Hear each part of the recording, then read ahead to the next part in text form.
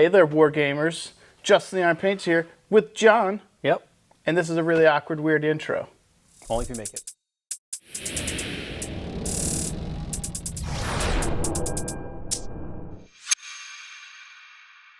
I'd like to welcome you guys back to the channel. Today we're doing something a little bit different. So we got done filming a couple of games, and I had pitched to John. I've actually talked about this multiple times with several people. Pretty sure with John as well, multiple times, that I wanted to do some type of podcast thing. This isn't super fancy. We don't have microphones in our face. I just want to talk about stuff that would probably be pretty cool to have in the background while you guys are painting, hobbying, whatever. And one of the things that I'd like to focus on, if depending on who I have on the channel today, I have John. I'm sure he'll be on multiple times because we'll just find cool stuff to talk about. One of the focuses of my channel, and I've had multiple people come seek me out at Nova and Adepticon, and they walk up to me and they're like, "Hey, I just want you to know, like, the positive, like, mental health vibe of your channel, like, that's good for me." I'm not a mental health professional. I just think that there's a lot of negativity in our hobby space, and like maybe bravado, something like that, where people, they get something out of the hobby that isn't what they should be getting. I.e., if someone beats you at a game, like, they took more out of it than just the gaming experience, and I think that's toxic. So I think focusing on things that bring happiness to you beyond just winning the game is important. And in this particular case, a lot of the friends that I've kind of made over the years in the hobby and gaming space ended up being veterans. So in this case, John is a Marine. Got a bunch of friends that were military or law enforcement or both. And I never thought in my life I'd start meeting people who were into the same stuff that I'm into, who had a completely different walk of life. So I think connecting the hobby space and exposing the channel and the world to, like, different individuals who have a different background that might be different than what you would expect, the stereotype, and also maybe seeing how this stuff is therapeutic for them. So I've got a bunch of questions here for John, and I'm sure that'll spur up some conversation. But keep in mind, some of the topics I want to cover here are kind of getting at what the hobby means to him relative to his life, his military service, and all those things. I think it's cool, and I think there might be a common thread for a lot of people that are into wargaming who were also in the military. So that said, this is John. You guys have probably seen him. Yep, been on a few times. Yep. You ready? Let's do it. I don't know how this is going to go. We're going to try. So we're just going to go through some questions and see if it's super random or awkward. And I think you only read, like, the first 5. So I read, like, the first 2 or 3 just to see, like, the direction, but I want the rest to be a surprise. Yep. So these are raw reactions and responses. Yep. This is not scripted in any way. It is not.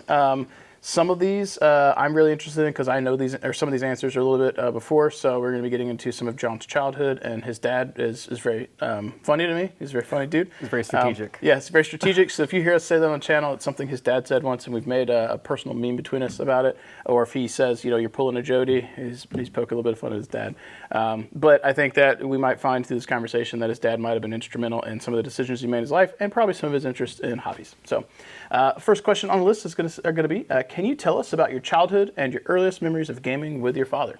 Yeah, so I was born down in Puerto Rico, primarily in a small island off the coast called Vieques. But I grew up there for a little bit up until, I'd say, 97, 98 is when we moved back over here. But while I was down there, I was about 7 or 8 years old, and my dad, that's where he met my mother, and they got married and stuff. But he used to run D&D campaigns with some guys from the island. So we'd meet, I'd say it was once every 2 weeks or once a month. We'd meet at someone's house, and we'd go to, like, a little store, get some snacks. Dad would let me get, like, $1 of candy, some sodas and stuff, and we'd go to this place. We'd play from 10, 11 o'clock at night until dawn, so 6, 7 in the morning. And I used to go and just hang out because that was his way of kind of babysitting me. And it was fun because for the first, 4 or 5 months, I would just sit there and just listen to him because he was the dungeon master, and it was either 4 or 5 other people. And we just sit around a table, he has a little dungeon master screen up, and he would just tell these stories of, like, these far off adventures and these cool scenarios. And it was just story time for 6, 7 hours of just raw, just fun dice rolling adventures and storytelling. And that's kind of where I got my big jump into gaming and storytelling and fantasy. So one of the things that you just said that I think is really interesting is you said that this is story time, which is D&D, tabletop role playing RPGs. This is interactive storytelling. I think some people have a misconception about what D&D actually is, but those are formative years. And in years past, if parents weren't into that type of hobby, they might be reading you a book. But in this case, your dad is telling you a story like you would if you were around a campfire. There just happens to be some dice mechanics with it, but the story's important. So that's really cool at a young age that you're getting these stories that are unique to you because he's creating them. Yeah, so that's very and cool. he would spend 2-3 hours a night sometimes, or every other night. So I think it was once a month we'd meet, but he would just spend time just developing stories and maps, and he made everything from scratch. So depending on where they took the adventure, he had to make sure he had stuff ready for that. He had tables of he'd roll a 100-sided die, and let's say roll up number 64, and he'd go and see what encounter that was, and he'd just pull it out of his book, this big giant binder. So it was really just random. So it could have been a completely different adventure, but it was fun every time. Yep. So we did that, and it kind of spawned my love for it. It's like sitting there firsthand and watching Lord of the Rings develop in front of you. Yeah. So it was like my own personal adventure that I remember certain scenarios and things that happened, and the people that played the characters and the characters themselves, and it was just fun to soak all that up. And that's actually down there is where I first watched Star Wars too. Yeah. My dad had a friend that had Star Wars on VHS tape back in the 90s, and I watched Star Wars for the first time, episode 4, 5, and 6, and I was just enthralled. So just the whole fantasy adventure, it hit me at the right age to where I was just invested, and I just loved every moment of it. Yep. So we have a common interest for sure on Star Wars. So on that one, before we move on to the next question, so because I know a bit about your dad, did he actually play D&D when he was on a boat? His dad was in the Navy, so he's on a battleship, big old boat. So my dad was in the Navy. He spent some time on the U.S. battleship, the Iowa, and he would just spend time with the guys, and they would play D&D, whether it's there or he was stationed on base in Vieques, right off the coast of Puerto Rico, and they would hold, monthly or however long they could coordinate it, and just have D&D sessions. So I grew up with my dad having this encyclopedia of different D&D books and monster manuals. I used to look through the monster manuals and just look at different creatures and their stats and the stories about each one. So it was really cool to have an open library of just, medieval fantasy to draw on. Yep. Having toured a battleship and seeing how confined the spaces are, my mental image of what he's doing does not compute to what probably was happening. But in Battlestar Galactica, do you remember the scene where Starbuck, when she's playing poker early on? That scene is what I imagine your dad's doing on the boat, but with D&D books. They're into a room, or they're when they've got off time and they're in the bunks or whatever, and he just pulls out a book. It's not like today where you had video games or if you want to play minis games, you can't really do that. But you can grab you could probably stow away a few books if you're going on the ship. And then theater of the mind, you just need a piece of paper and a pencil, and then being able to tell these stories. And the thing and this is what I was getting at the beginning when we kind of set the primer for what we want to talk about. That's not something I think the average person thinks of, where they're like, big macho soldier guy, but he's playing D&D. Growing up, that was a stereotype. But then having met your dad, he's a very macho dude. But he did you're his kid. Yeah. I get that vibe from when I come over to your house. He's like, let's go do some yard work. He's definitely a guy's guy. He's definitely a dude. Yeah. But that's not what I think society typically, what the stereotype would be for society for someone in a D&D. They think of stereotypical Poindexter nerd with the little pocket protector. And Stranger Things. A bunch of kids in a basement. Which there is the room for that too, but the thing about fantasy and science fiction or just D&D or storytelling or just having fun with your common guy or common man or woman, the details don't matter. As long as you're having fun and they're in a safe environment, you can really kind of be yourselves and act like your character, and who knows what's going to happen. Yeah, I think also given what would soldiers generally go through, or in this case sailors for your dad, this is a therapeutic thing. You're going through crazy stuff every day or you're stressed out. This is a way for you to decompress, compartmentalize stuff, and have some time to just not be in the normal headspace for work. So absolutely. And we'll probably, I think there's some other questions in here that'll kind of tie into that too. So what was it like growing up with your father in the Navy, and how that influenced your interests and hobbies? Which I think we covered a little bit of that. My mother and father got married, and they were married for about a year and a half before I was born. My dad got out of the Navy, I believe it was in '89. and I was born in '88. So shortly after I was born, he kind of shifted his focus and wanted to get out and spend time with family. Yep. So they finished up time, his time in the Navy. He got out, and then we lived in Puerto Rico for a while. Then we moved up to Florida, and then I finished schooling in Florida, and that's kind of where that ended up, honestly. And they wanted to move to Florida because they wanted me to have a better education, Yep. have better opportunities, just all around. There's no slight towards Puerto Rico or anything like that. It's just, based in reality, in fact. They just wanted me to have better opportunities. So that's why we moved up. Yep. Worth noting, I say this sometimes because some people don't know, and I literally just had a conversation with my doctor where somebody thought that Cuba was in Mexico. And he's like, this lady works with me in the doctor's office, and she thought that. Puerto Rico is U.S. territory, so just so you guys know, it's not a state, but he's moving for a better life, better education system, but that's U.S. people there as well, in case anyone is not aware who's listening. Fun fact, side tangent. I think I told you this story, but while living here, I'm not going to say where or what county or stuff like that, but I went to get a permit to purchase a handgun. And I went to the clerk for the local sheriff's office, and I filled out the forms and asked her anything else I needed to do. And she's like, "Oh, we need to get you another form." I'm like, "Well, what for?" Because I was wearing like my military shirt, and I was, dressed normal. And she goes, "Oh, you were born in Puerto Rico. You're one of the Spanishans." Oh my God! And I just kind of stood and looked at her. I'm like, "What do you mean?" Because you're born down there. You're a Spanishan. You're not legal." So what? I had to politely educate her on the fact that it's a U.S. territory. And it's fine. It's a common mistake. I mean, if you don't know, you don't know. But she was so sticking to her guns, and she just... Yeah, she goes, "Let me go check in the back, and I'll be right back." So I kind of stood there for 5 minutes waiting for her. And then she came back around after she was talking to somebody, and she goes, "Oh, you know what? Don't worry about it. Won't worry about the form this time." I'm like, "No, there's no not worrying about it. You were wrong.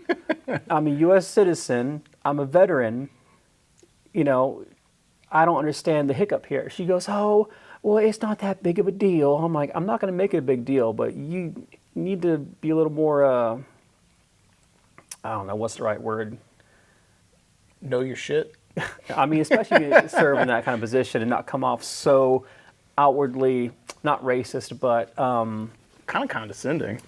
Very condescending. Yeah. Yeah. So that was a fun little experience that kind of caught me off guard. I might have mentioned that to you lightly, but...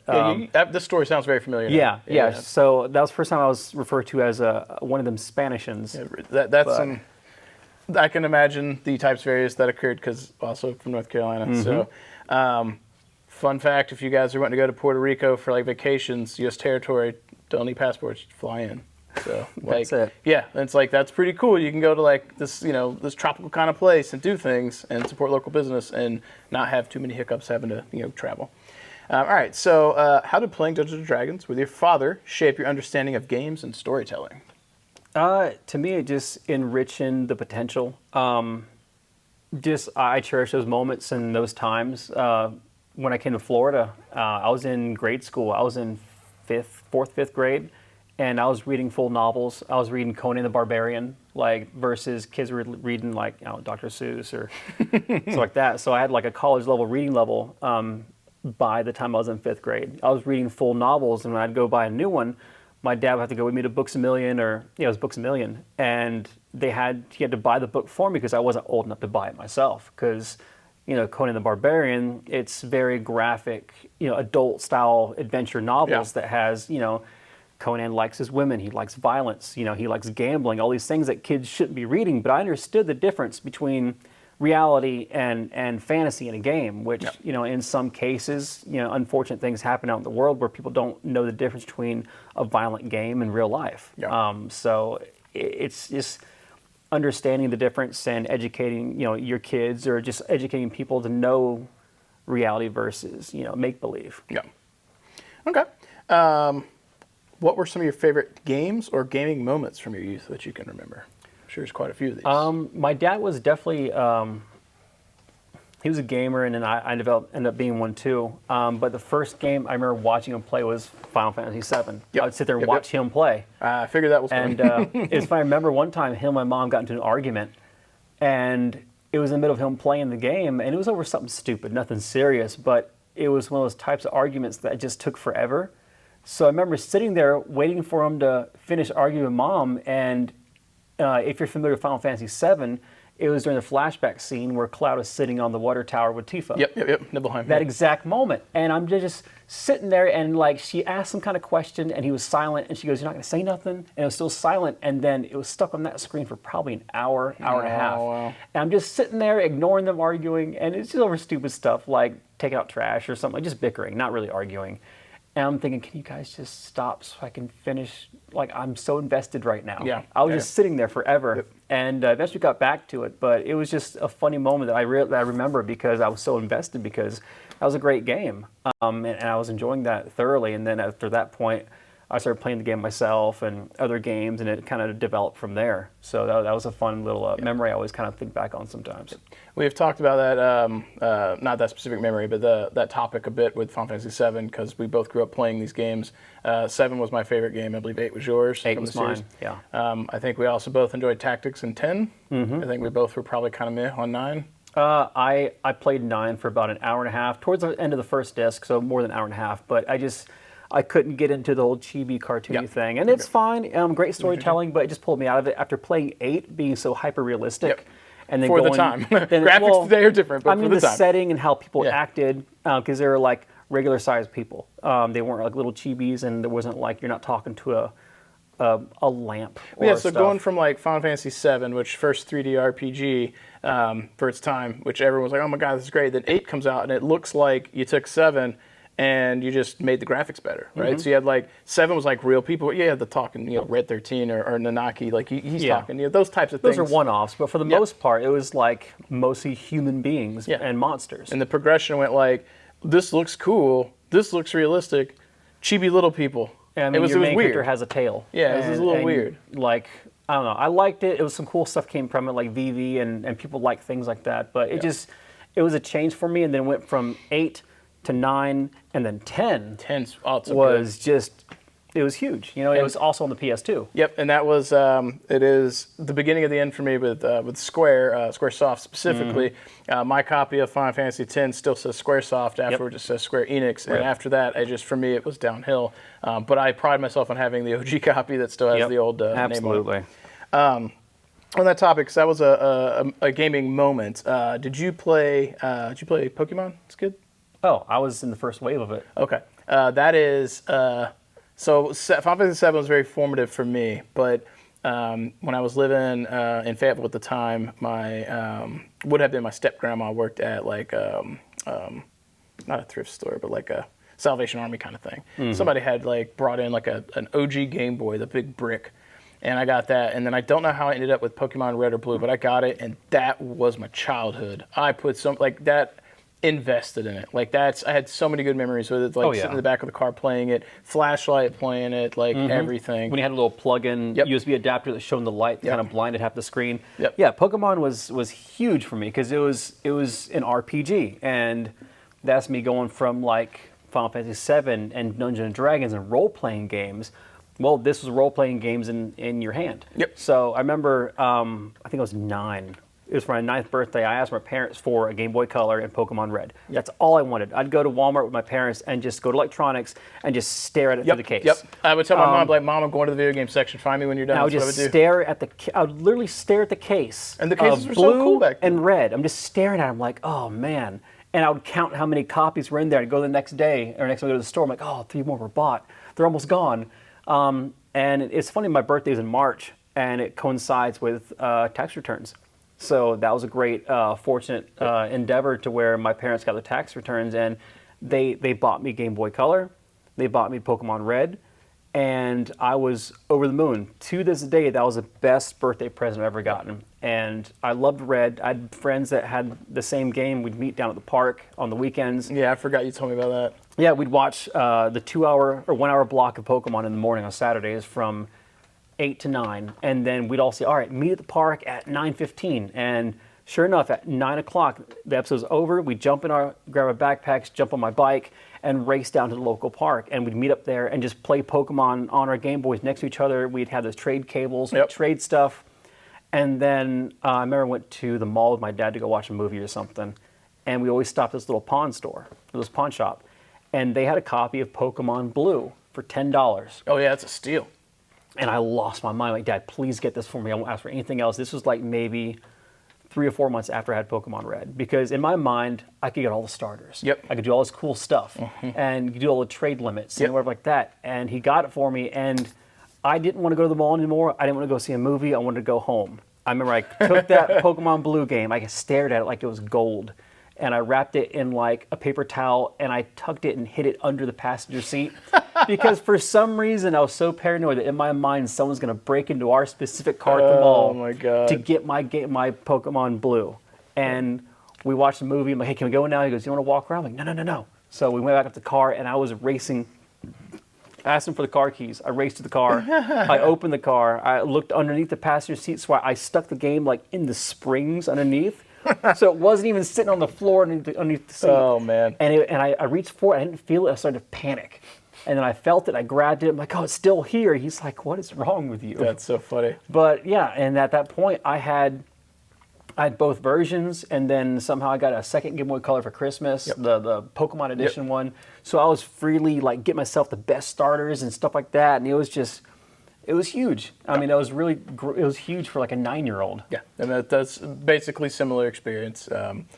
Things were different when we were children. I hate to be that guy. It's just like, well, back in my day, but like, it was so different. The social aspect of that with a video game, with people today that didn't come up at that era. Like, this is pre-internet.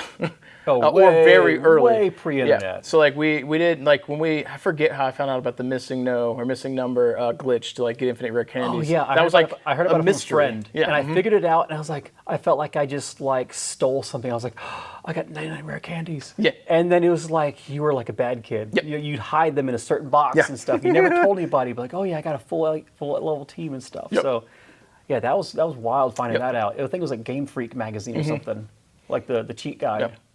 So like now when you go to do gaming, it's all digital, which is fine. Internet connects you, but I feel like for me, we lost a little something. It's why if I can do tabletop role-playing games, D&D, Star Wars, whatever, I much prefer to be physically there. I much prefer to roll physical dice. I'm aware that there's constraints for why you can't. Some people can't. They have to use the internet for it.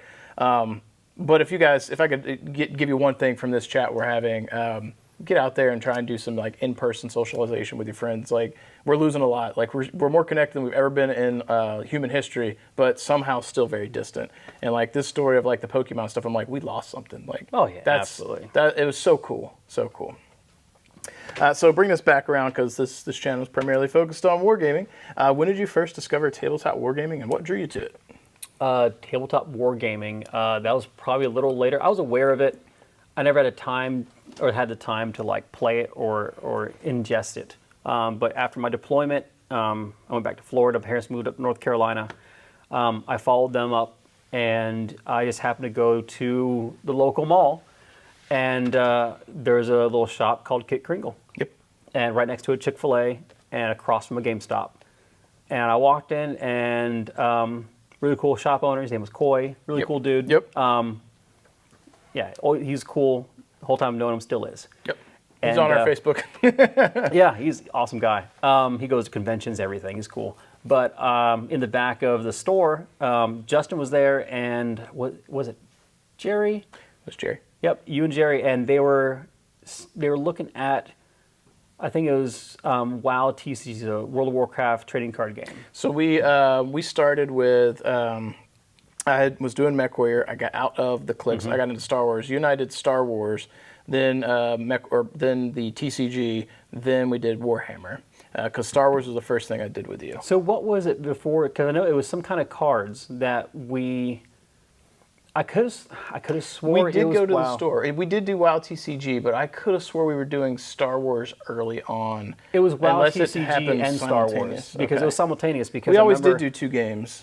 It was simultaneous because I was like, hey, I have some of those cards. I'm like, let me go get some and we'll learn how to play together. He's like, yeah, sure. So he was hanging out there, and I drove home and I got my stuff and I came back and they were still there. And then we just started learning how to play the WoW TCG together. And then somehow we got in conversations to where we both loved Star Wars. Yeah. And they had Star Wars minis. I definitely had some at the time because I can still remember when I got my first booster because I transitioned. You weren't. John wasn't there when I played MechWarrior Dark Age. We played some on the channel. That was my first major war game. I transitioned from that to Star Wars, and I always liked TCGs, and that's probably why I was dabbling in WoW, because other people were playing it. But I imagine, I can't remember exactly if it was simultaneous. I know we drove around to multiple different Walmarts and stuff, buying out all their cards. I imagine that might have been like, we probably were hanging out, counting cards at the house, looking at stuff, and then I probably was showing you more crap I was into. And Coy also had a wall of boosters. Yeah, he had for the wall stuff of boosters. too. So like they probably came up in natural conversation about this other game I play. It was probably like, this is my main game.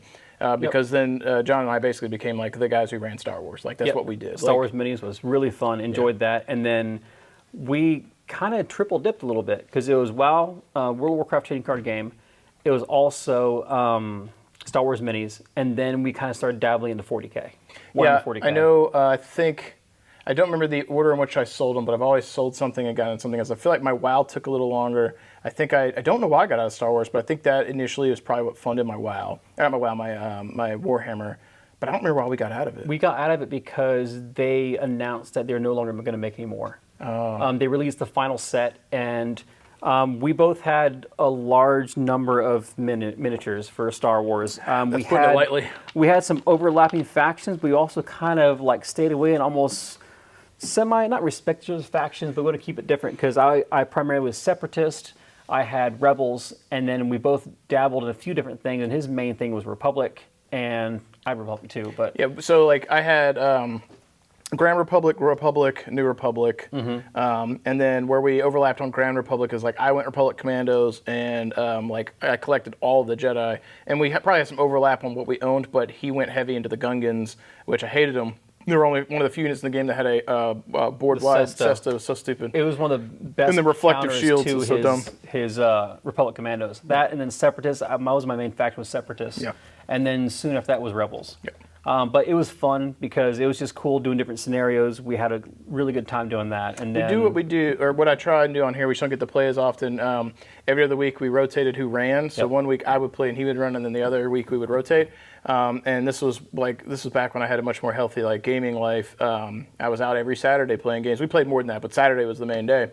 So we'd come in, we'd be there basically at open until close, walking outside, like walking Coy to his car basically.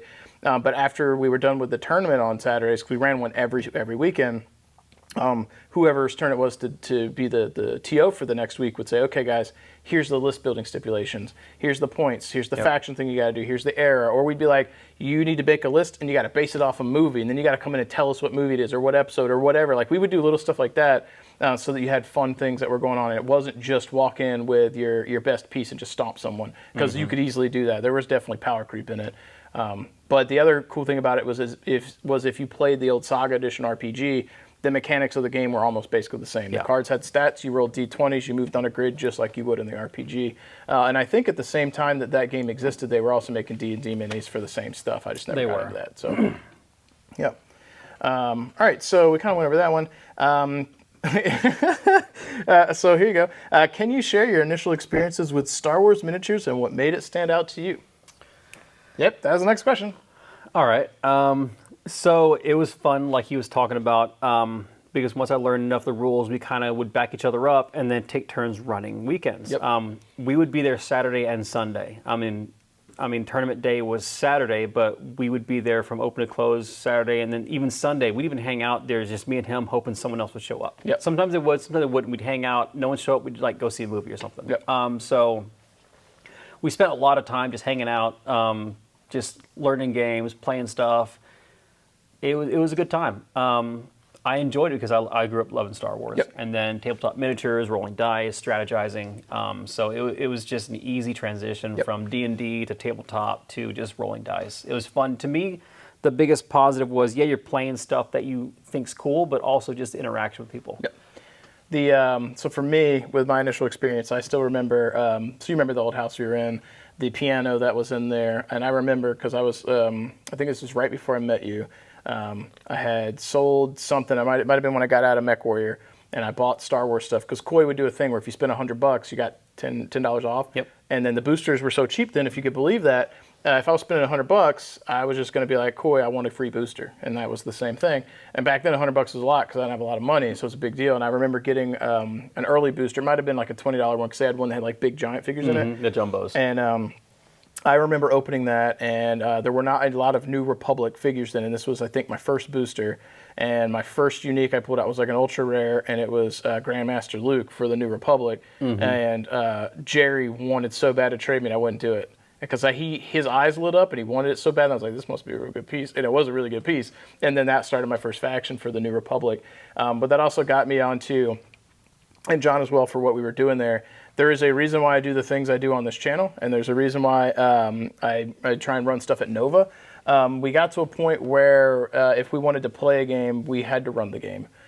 Same thing if you guys out there play any like Dungeons and Dragons stuff, there's always people who want to play D&D. There's not people knocking down the doors to be DMs.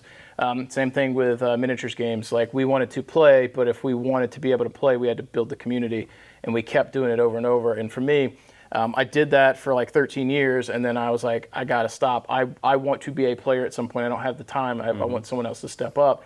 And outside of locally 40K, no one really did. Because like I went across the gambit with stuff for me, all the way up to X-Wing Miniatures, I think was the last game I was running, and loved that too. You would have enjoyed that as well, I think. Yeah, I know we took a break on that, but also HeroClix was a big thing we played too. Yep, yeah, we did do HeroClix. I forgot that one. That was like another like tertiary game where I kind of dabbled in it. I got in and out of that game, but that's not on the list because I didn't get the prompt for that one. But that one had such bad power creep, and then John and I, like, we talk about it on the channel too. Sometimes you guys will see a video where like we get hyper focused, and I'll be like, I think I'm gonna do that and this, and he'll be like, yep, and I think I can do that and that, and then we could almost just play a game without playing the game. So then we know when we want to try and turn that off, you know, what we're trying to do, we'd go in and play HeroClix, and one of the guys we'd play with would be like, oh, let's do this, this, and this. And John and I would be like, I want to build an X-Men team. I want to build an X-Force team, or whatever we're trying to do, because we both like X-Men. Yep. And do cool crap. And then someone else comes in and be like, here's my $300 chase piece. Wham, bam, you lose. And we're like, that's cool, bro. Like, so we kind of learned, like, when it comes to gaming, what it is we want to get out of it. I mean, certain people that were in the area that came to the shop were just straight up turds. Just no one liked playing with them, and they're the reason why people stopped playing. So if you know who you are, then you're the reason why the gaming died in the area. Yep. Congratulations. Have fun in the basement at home by yourself. Yeah, that's, I said it today, but not in this video, like, try and be the player that you would want to play with. And I had that happen with X-Wing, where we ran multiple nights a week, but on the dedicated night, we had a couple of like really, like, they were good players, they were tournament level players. They couldn't discern when they should turn that off. And like, if I'm playing a tournament level, if I'm playing with someone who's new, I'm not going to play with a tournament mindset. I may literally say, hey, like, here are some options you might do, or I might do. I'm going to do this one to make sure we're going to go through some mechanics and turns to make sure you're learning the game. I will walk people through and let them see the mindset and try and have a good casual time and be social with them. These particular individuals too, in particular, they would come in and they would just dumpster dunk people with the most abusive, like, toxic net lists every week. And then our community started to just go down and down and down. And I tried so hard to curve that and couldn't. And then one day they asked me, they were like, well, Justin, why is no one showing up? And I was just like, you're it. Like, they complained to me that things are too competitive and everyone's playing tournament lists. And I tried to tell you, and on casual nights, it's all you're playing. And I can't stop you. So yeah, and then that's ultimately why I quit, because I was trying to build a community, but the vocal minority that was really wanting to be hyper competitive couldn't turn it off. And the thing is if you're a hyper competitive player, you're one little adjustment away from being an awesome beacon for the community. Because if you're that good at the game and you're at that level that you can compete at a tournament, you can also be teaching people. And that's kind of where John and I went. We started, like, there's some stories we have where we were not very nice to people when we were playing tabletops, because we were young Some and dumb. more than others. Whatever. Where we were dunking on people, and you got to learn from that. And it's like, okay, well, instead of being toxic or being this way, can I channel this into, like, there's a time and a place, and if it in the time and the place, what can I do to grow this community? And I feel if someone's new to a game, they respond better if they learn. So if I lose, but I learn and understand why I lost, great. If I don't want to play that game anymore. Like, it's frustrating. So if you're a tournament player listening to this, try and look at yourself in the mirror and be like, what can I do to help this community grow, not just win games? Because you've already proven you can win games if you're a tournament player. All right. Okay. So what led you to explore more complex war games like Warhammer 40K and Battletech? Well, it kind of spurred out of boredom because the game we currently played died. Yeah. So it went from... We also saw a lot of Warhammer there. I think We the big did. deal with Warhammer was... so for me, I'm totally answering part of your question here. not understanding the hobby aspects. I've never done that for me. And then I imagine this part was probably more for both of us. Warhammer, even then, it's more expensive now, but even then, all the money we spent on all those games we played, Warhammer was still more expensive. Like by far, it was so hard. And then like when I remember when one of the early things you got, and I'll let you dabble in it if you want to explain it.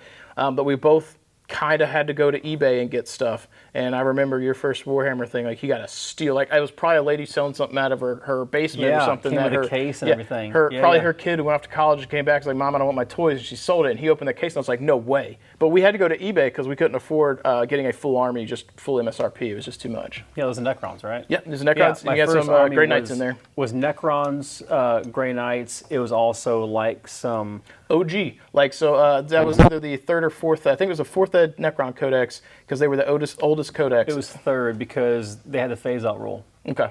And I wasn't a big fan of it. But, oh yeah, I think I paid like $80. Yeah. And it was a carrying case, like Game Workshop carrying case. Every layer was filled with just models and pieces. And I'm like, there's like a couple HQs in there. Yep. There was just basic Necrons. There was some advanced warriors. There was some Grey Knights in the bottom. Yep. You had some Demon Hunters. It was insane. It was such a steal. And just as you paid how much? I'm like, yeah, like $80. And that got me on eBay because I still haven't followed to this game. That the eBay store still exists, Lazarus Gaming or Lazarus Games, something like that. I've bought so much stuff from them over the years. And it was wild because I mean, 40K it's not cheap, and that's one of the main reasons why I've stopped playing it, is because they update it so much. The power creep changes. There's so many tryhards that make it not fun. Yep. So I think for time investment and money, in my humble personal opinion, based on 20 plus years of gaming, it's not worth the investment because they do too many changes. Yep. They add so much. They make it not fun. Gaming should be fun, casual, enjoyable. It shouldn't feel like a labor of just keeping up and having something competitive versus Battletech. I like it as, it's big giant mecha robots, and it's with big guns. It's cool. The lore is pretty neat if you ever take time to check it out. There's some great YouTube channels that really explain a lot of the lore and history and background. But it's really cool. It's really fun. Your imagination can really go wild. And cost of investment is so low compared to 40K. Yeah, you can get started very, very cheap. Yeah. $100 would get you like more than enough to play with for Battletech, including like supplies to paint with, versus 40K, $100 would get you maybe a handful of models that you'd have to assemble. Depends on what you get, but like, I mean, that's like a box and a half. Like, I mean, a rule book's like $60, I think. Oh yeah, the codex is probably like 40 or 50, but like the core rule book's probably like 50, 60. You can't play the game for $100. No. Like I enjoyed lots of aspects of 40K, but I had more fun when we were playing in 5th and 6th Ed. Mm-hmm. It's gotten for me out of control, but I feel like from a business perspective, GW is making more money, but I'm not their target audience anymore because I was so casual with it. They have replaced me with new customers, but it's unfortunate because I miss those days. Like John and I would get our stuff, do our eBay purchases. We would spend time gaming and watching movies at the house while we were not gaming, painting and watching movies. We'd hang out and just paint stuff. Yeah, we just paint for hours, or scores of hours, crazy amounts of time. And then I was gonna say, so we played pre-Grey Knights, pre-Sisters of Battles. Like it was pretty basic compared to what it is now. Yeah, very basic. Then when we were done painting, or we couldn't get our Warhammer in for the week, so I don't know about you, but I was watching lots of battle reports, mini wargaming back in the day. Mm-hmm. So like if I was jonesing for some 40K experience, I would watch that. And then John had a laptop and had Dawn of War and brought it over. And back then you could kind of cheese it a little bit. And there was like multiple discs or expansion discs or something, and I'm pretty sure we were both playing off your installation, but on two different computers. That was a trick I learned when I was deployed. Yep. Yeah. So he did that over there in the sandbox, but he came over and he would sit, I remember at the waterbed, he'd plop down and he'd sink down a little bit, and he had the laptop, and we would play for like 12 hours, and we would just be like, all right, we're done there. You want to set up again? And the one thing he would always do is there were these settings he would change, and one of them was like persistent gore or something. So like as we persistent death to where the bodies stayed, and just bodies everywhere. Yeah. Dawn of War, the original, fun. Yeah. Winter Assault, and then the Dark Crusade. There was I think Dark Crusade and then Soulstorm, because the Soulstorm. Soulstorm was afterwards, but Winter Assault was the second expansion. Yes, yeah. Or the first expansion, and then Dark Crusade had Necrons and Tau. Dark Crusade was the second expansion, and then Soulstorm was Sisters of Battle and something else. Yeah. Yep. All right, so this one we may have covered. How did your gaming hobbies evolve over time, particularly through your teenage years and into being an adult? Teenage years, it was revolving around PS2, just console gaming. So no actual tabletop stuff. No, not for myself. I dabbled in Magic the Gathering a little bit, but not enough to say I was a player. Like I had a couple of decks I threw together that they weren't good. Some Pokemon TCG, I played that for a little bit. Yeah, I collected a lot of Pokemon. Did that, but mostly console gaming. I did play on the PC, Final Fantasy 11 online.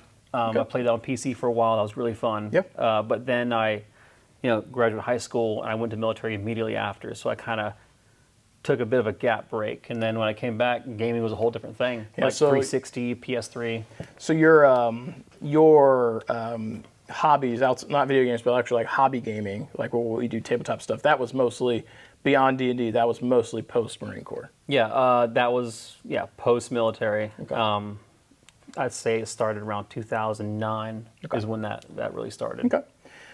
So some of these questions might just be like, whoop, skip, if that is the case, which for this particular question, that was it. So this one, I suspect, won't have any influence at all, but I'd be curious to know your thoughts. What inspired you to join the Marine Corps, and how did your interest in gaming influence that decision, if at all? Gaming did not influence it at all. Mm-hmm. Me joining the Marine Corps, it was off a Christmas commercial or an ad. It was funny because sometimes those ads work. It was an ad of it was a Christmas ad where this kid walked up to a Marine in his dress blues, and to me that was the coolest uniform ever. Yeah. It's just it's the reason why they say it's a panty dropper. People love it. But this kid walked up and he had his little list for Santa. And he's like, "Excuse me, sister, can you get this to Santa?" And the guy opened his hand and took the note and closed it again. And it was just cool to me. That guy was just so cool. He was larger than life. I want to be one of those guys. And then my dad was in the Navy, so I had a positive outlook on the military because he told me about his times in the military, in the Navy, on the battleship, and all these cool things they would do. They'd be out in the middle of the ocean and drop anchor and just go jump in the ocean and swim. Or they'd set up a boxing ring on the back deck by the main gun and just have boxing matches. It was just cool. It seemed like something so cool to do, about as close as you get to being not to sound cliche, but as close as you get to being a superhero was, getting his uniform and being in a group, almost like a force for good. Yep. And that's kind of what spawned that. So I always thought that was cool. I always wanted to do it. I was looking for a greater purpose, because in D&D, you play these characters that have a greater purpose. They're to save or go on these adventures. And you're not an NPC in that. You are the hero. Yeah. So joining the military to me was my own way of going on an adventure and doing something larger than life besides, getting a job and this and that. So at a young age, I always wanted to join the military, and it was going to be between the Navy and the Marines. And I ended up going Marines because, you can't beat that uniform. You really can't. So that's what led to me joining the Marines, but had no tabletop gaming or any kind of gaming whatsoever. It really curbed that. I just wanted to do it from a young age for those reasons. Yep. Sometimes that's all it takes. Yep. Okay, and this one I have some prompts or some ideas on too. If you're not sure to respond, what inspired you? Which I think you just said that, so it's gonna be going back over it. So what inspired you to join the Marine Corps? So you had the commercial. Yep. Oh wait, sorry, I'm on the wrong question. I'm on one line too. Sorry, this is the first time, guys. Yeah, give my them a first break. time. Can you discuss the role gaming played in your life during your time in the Marines? Yeah, so it's funny. Gaming was a release, a way to decompress from the stresses of being deployed. So I joined the Marines back in 2006, right after high school. So I graduated high school in May 26th maybe, and I had 3 or 4 weeks before I joined the military, and I got deployed, or not deployed, but I went to boot camp at Parris Island. At the time I lived in Florida. And the very first day of training was July 4th. So it was super patriotic, really cool. They put us all on the parade deck where you would graduate, because up until then, you're not allowed on the parade deck at all unless you're graduating. It was almost like an honor. So they marched us all out and put us all in formation, had us sit down, and they gave everybody a little mini bottle of Powerade, and it was, I think, either 1 or 2 hot dogs. and it's like a little lunchbox they gave us, and this was like a big deal. So if you ever spent time if you ever went to Paris Island or even, California Marine, you're almost a real one, but or Hollywood Marine. But I joke. I mean, they both produce great people. But that was a big deal. Your first day to sit down on the parade deck and be given like a little lunch pack. And I remember one of my drill instructors. His name was Sergeant Terrell, and he's like, "All right, you guys, I'll leave a few words out that he might have said, but he's like, you better pay attention. This is the reason you're here. This is what freedom buys you, And he's like, this is what it's for." And we proceeded to sit there and look straight up at a fireworks display that lasted probably 45 minutes, and it was just nonstop fireworks, and they had like a Marine Corps band playing off to the side, like patriotic music and shit. It was amazing. Like, it was just, to this day, that was the best fireworks display I've ever seen, because the fireworks were going off directly above us. Yeah. It was just insane. It was I got goosebumps thinking about it right now, because it was such a moment that I'll remember. And that was something that really surprised and impacted me. But in regards to gaming, we were deployed, and I had a laptop, guys had laptops, and I had a copy of Dawn of War. And this is where I learned that trick, which now it's digital, it doesn't matter, but if you had a physical copy of Dawn of War, you could install it onto your computer, and it did not require the disk to play. It was fully installed. Local network, you could play with everyone. So I took my one copy of Dawn of War, it was like the complete edition, which at the time was that plus 2 expansions, and I passed out to every single guy that had a computer. And half these guys just got computers just to like listen to music or watch inappropriate movies. That's another story of another day. But they just used it for those purposes. But every single guy, they're like, hey, you got nothing to do, install this game and play with us. And I think the cap or the max amount of teams we have was either 8, 12, or 16. On one map, and we maxed it out. We had like cables going back and forth. We had Wi-Fi set up, and I feel like this was the last times or last moments this could really happen in reality, to where we had a full lobby of all these different Marines playing Dawn of War. And while they're fighting a war. Wild. And it was fun because in that setting we had control of what was going on.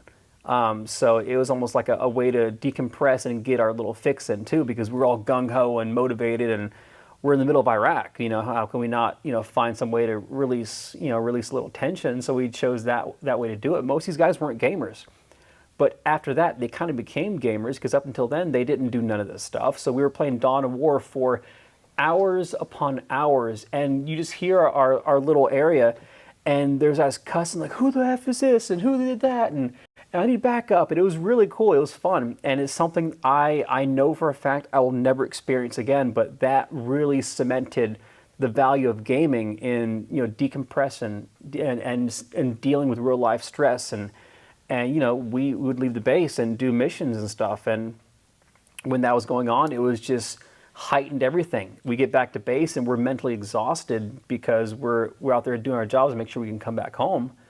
And that was a way for us to still be kind of plugged into the war mindset, but in a relaxed environment to where we could almost enjoy it.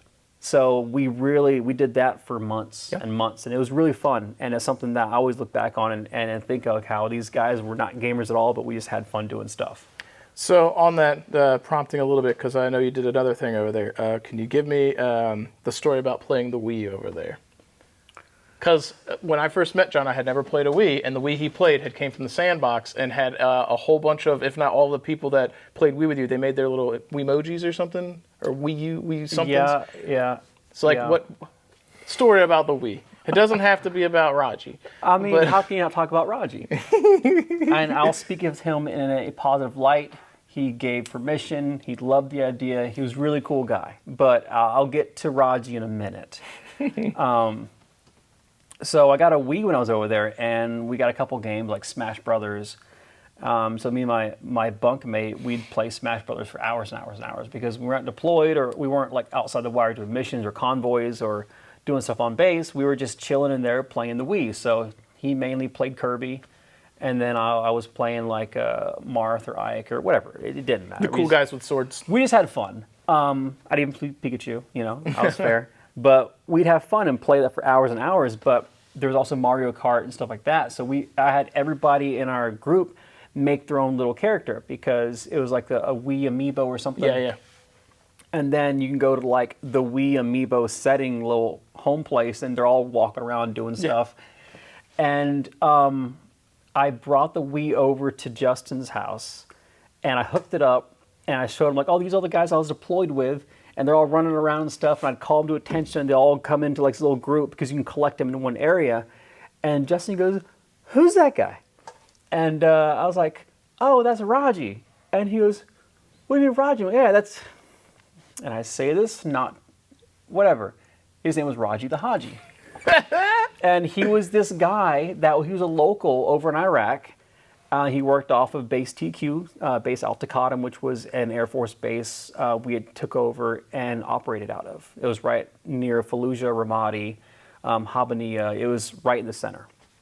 That's where I spent my time, over in Lakeside, in case you spent any time there.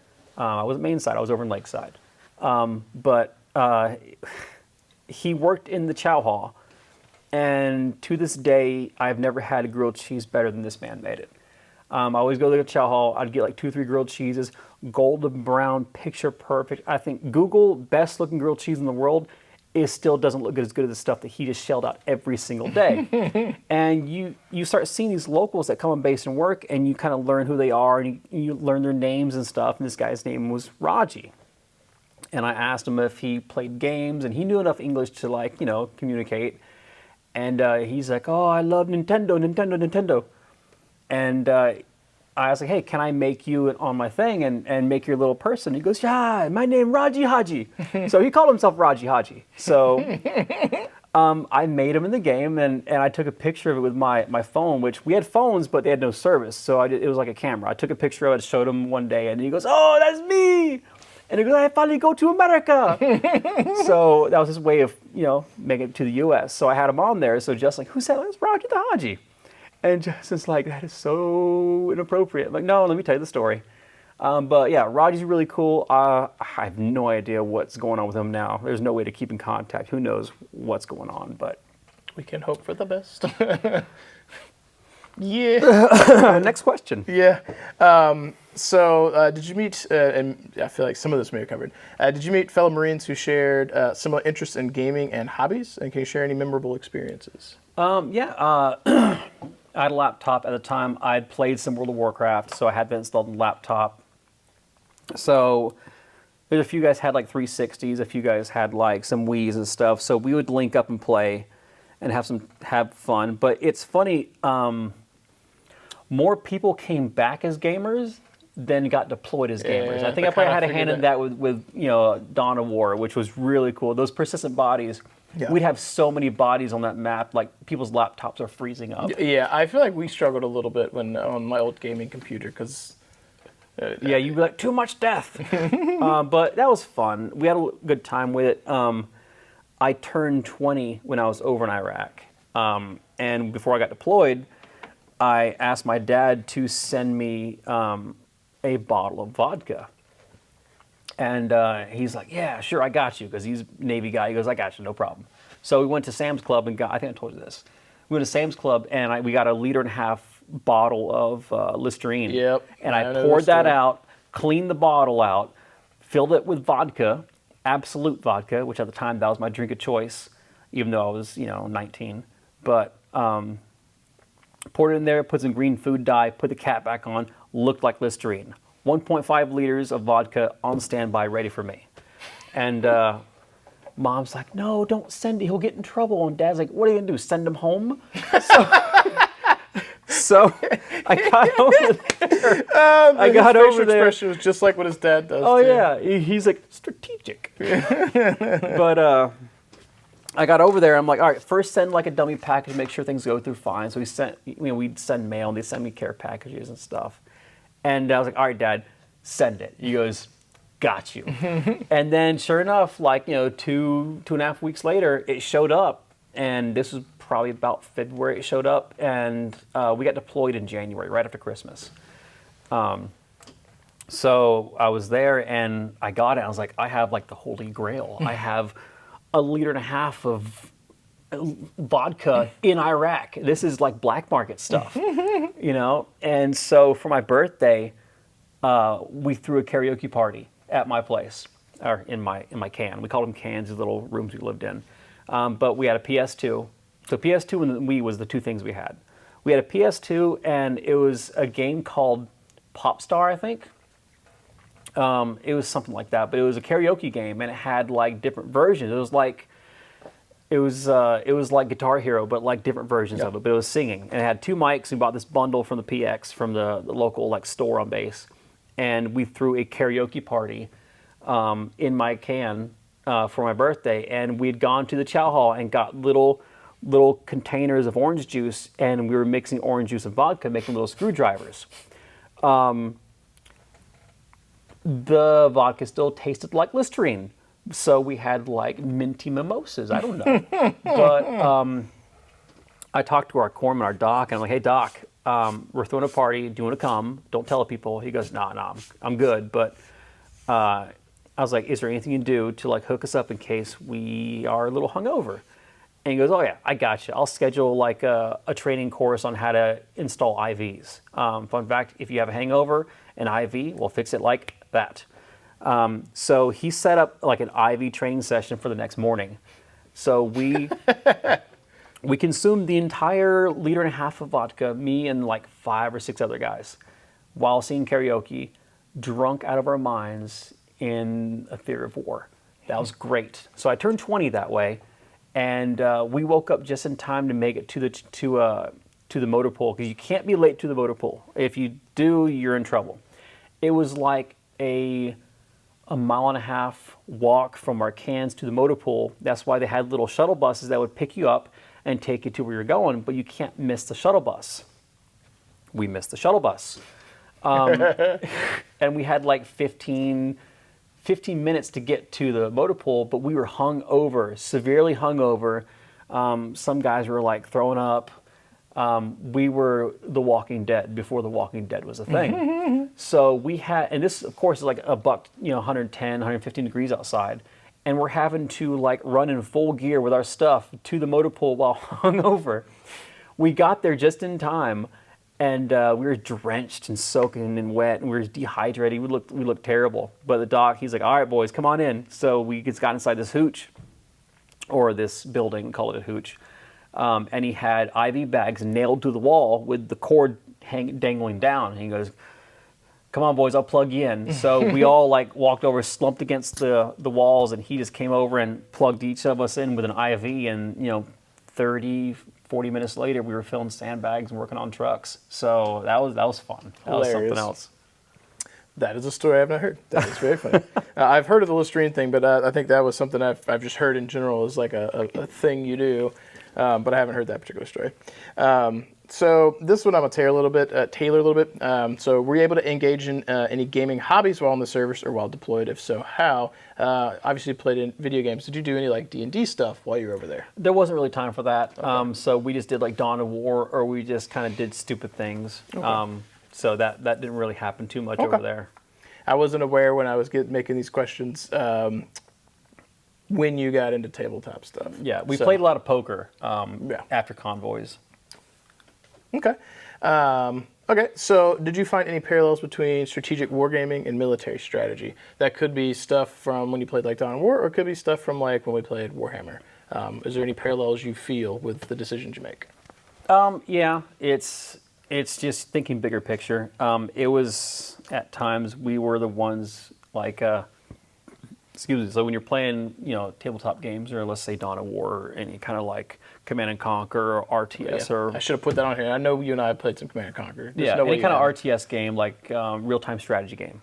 We have troops and vehicles and armor and stuff like that, and mechs. Whatever it is, you have control over these little things. When we were deployed, we were those little things. Yeah. So we had a small picture of what was going on. Of course, we had ideas of what should be going on big picture, but we didn't really know a whole lot of what was going on upstairs. But we just had control over our little area. So our motor pool, our missions, the people we knew, the connections we made. So that really kind of helped us keep perspective. So, for Dawn of War, it's funny because I don't play it anymore. It changed a lot from what it was. Dawn of War 2 is nothing like the first one. But Dawn of War 3 is nothing like the second one. They got progressively ridiculous. But yeah, we use those little moments to kind of escape reality. Yeah. Whether it was playing poker or going to the gym or playing Dawn of War or playing whatever. We just found little ways to try to escape reality because it was a very hostile, high-stress environment. Yep. So any way you found a way to relieve some of that stress or pressure, you took advantage of it. You did it. Okay. So I think some of this we've already answered too because we've got good conversations going. I feel like some of this might have to do with your we got drunk situations, trying to balance. You have work and a job, and then you got messed up. But you might have some more stuff to throw in here. So how did you balance your gaming hobbies with the demands of military life? So when we were plugged in and doing stuff between certain hours, we were at the beck and call of whoever was in charge of us. Yeah. It was a heightened focus because we had to make sure our trucks were maintained, fueled up, make sure everything worked right, because once we left base, once we left the wire, as we'd say, if you didn't cross your T's and dot your I's, you might not make it back. Yeah. There's a lot of scary situations we got into that, we were lucky to get out. In other situations, we just got out because we were just trained properly and we paid attention. Yeah. One thing about the military that I appreciate is out here, the civilian life, transitioning is tough for a lot of military people. And for those that are not military or not aware, I think the truth of the biggest challenge of transitioning is going from having a purpose and people having your back to none of that. Yep. Out here in the real world, if you're aware of how the real world works, some people live in a bubble and they don't understand how the real world works. The real world does not care about you. It does not give a damn. It will chew you up, spit you out. But in the military, you have a unique type of support. The right word for it is camaraderie. Yeah. I might, while deployed, there's plenty of guys in my company or in my platoon or whatever like that. I hated their guts. They were just, they were a piece of shit. They were just not good people. But I knew when things went down, when shit hit the fan, they had my back and they knew I had their back. Yeah. Out in the real world, it's dog eat dog. Yeah. I can count on one hand people that I know, if shit hit the fan, would have my back no matter what. There's very few people I could call in the middle of the night and say, hey, I need you for something. Can you help me out? Very few people would be there to answer that call. Yeah. And it's kind of sad because people used to help each other out just because it was the right thing to do. Yep.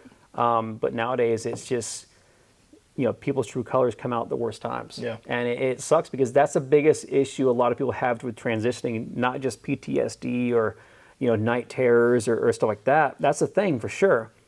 But what doesn't help is just people don't care about one another like they used to. Yeah. It's sad because as you hinted towards earlier, with technology, we've never been more connected, but we've never been more far apart. Yeah. Yeah. So I think it's a good segue for the next one. So what impacted gaming, or in this case, perhaps your hobby stuff, having your mental health and well-being during and after your military service? How's that helped you? It helped with just stress relief, decompression. And it doesn't even necessarily have to be wargaming. Just gaming in general, Yep. It gives your mind an opportunity to kind of relax. Because being physically exhausted, that's not really that big of a deal. The big thing is mental health. Yep. And people don't give mental health the attention it needs. And I don't mean that in a woe me, I need a certain type of animal to go out in public. No. Yeah. It's serious mental health. I hate to say this, it might be an unpopular opinion, but most people that cry for mental health just need a bit of a kick in the ass because they don't have perspective on how life really is. Some people might say, oh, life sucks. I wish I was dead, or this and that, yada, yada. Okay, let's look at the reason behind that. Do you really have a legitimate reason for that? Whether it's like a personal trauma, sure, there could be some serious personal traumas that I'm not making light of, but more of what I'm hinting towards is like you are, even through your personal traumas, you are so fortunate to live in the country you live, to live in the time that you live. What you may lack, and this is speaking to those that might just be so accustomed to playing victim, you have no perspective of what the real world really is like. I was over there and I've seen firsthand people in not even third world countries, I'm talking sub third world countries, like they don't know where they're sleeping that night. They have no place to call home. There's no running water. There's no food. There's nothing. We would do convoys, and we have bottles of water, and there's people just on the side of the road just begging for bottles of water or whatever, food we didn't want, like MREs, like little meal ready to eat. Like, if you didn't like the jalapeno cheese, well, that kid would probably, he would do a lot for that thing. It's just, it's crazy that people are so entitled and so unaware of how bad it could really be. So I urge you that if you fight, your own, everybody has demons. But if you have issues and you want to complain about stuff, maybe thinking about what you're really complaining about, like, oh, you got a flat tire, you hate your life? Okay, how about not having a car? How about not having a home? How about not having a family? How about not having anything? And realize how lucky and fortunate you are. Now, I'm not saying you don't have, a bad time or days aren't tough, but perspective, I think, is something that the world really lacks. And if you spent time in the military, you've spent any time overseas in a theater of war or in a combat zone or in another country, I think people have spent time over there and been through some real terrorizing experiences and real things that will steel you and give you kind of a thicker skin. It's not that bad. And it's okay to talk about things, and it's good to talk about things, but one of my pet peeves is just people that don't realize how bad it could be and how good they do have it. So, some people say like, oh, I don't want to go to work. I hate going to work. Yeah, work sucks, but at least you have a place to go to work. You have a safe place. Like, you can walk outside and not feel like you're going to, be threatened. So it's very different.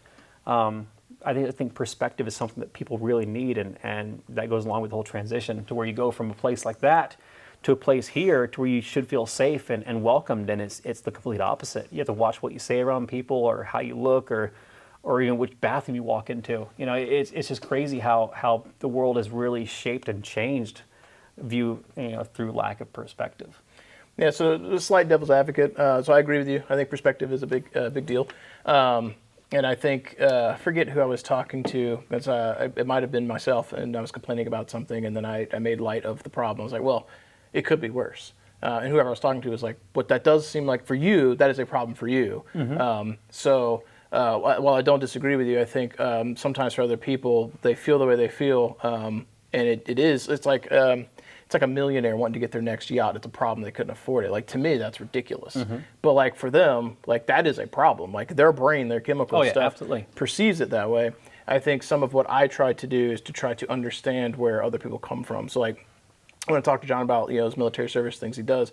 I'm never, unless World War III pops off and they're just taking every overweight, middle-aged white dude they could get. Well, that's me at this point. Yeah, like it's unlikely that's ever going to happen, and if it does, then there's much bigger problems. But trying to understand where he comes from, it just gives me a different perspective, and maybe put some of my stuff into a different focus.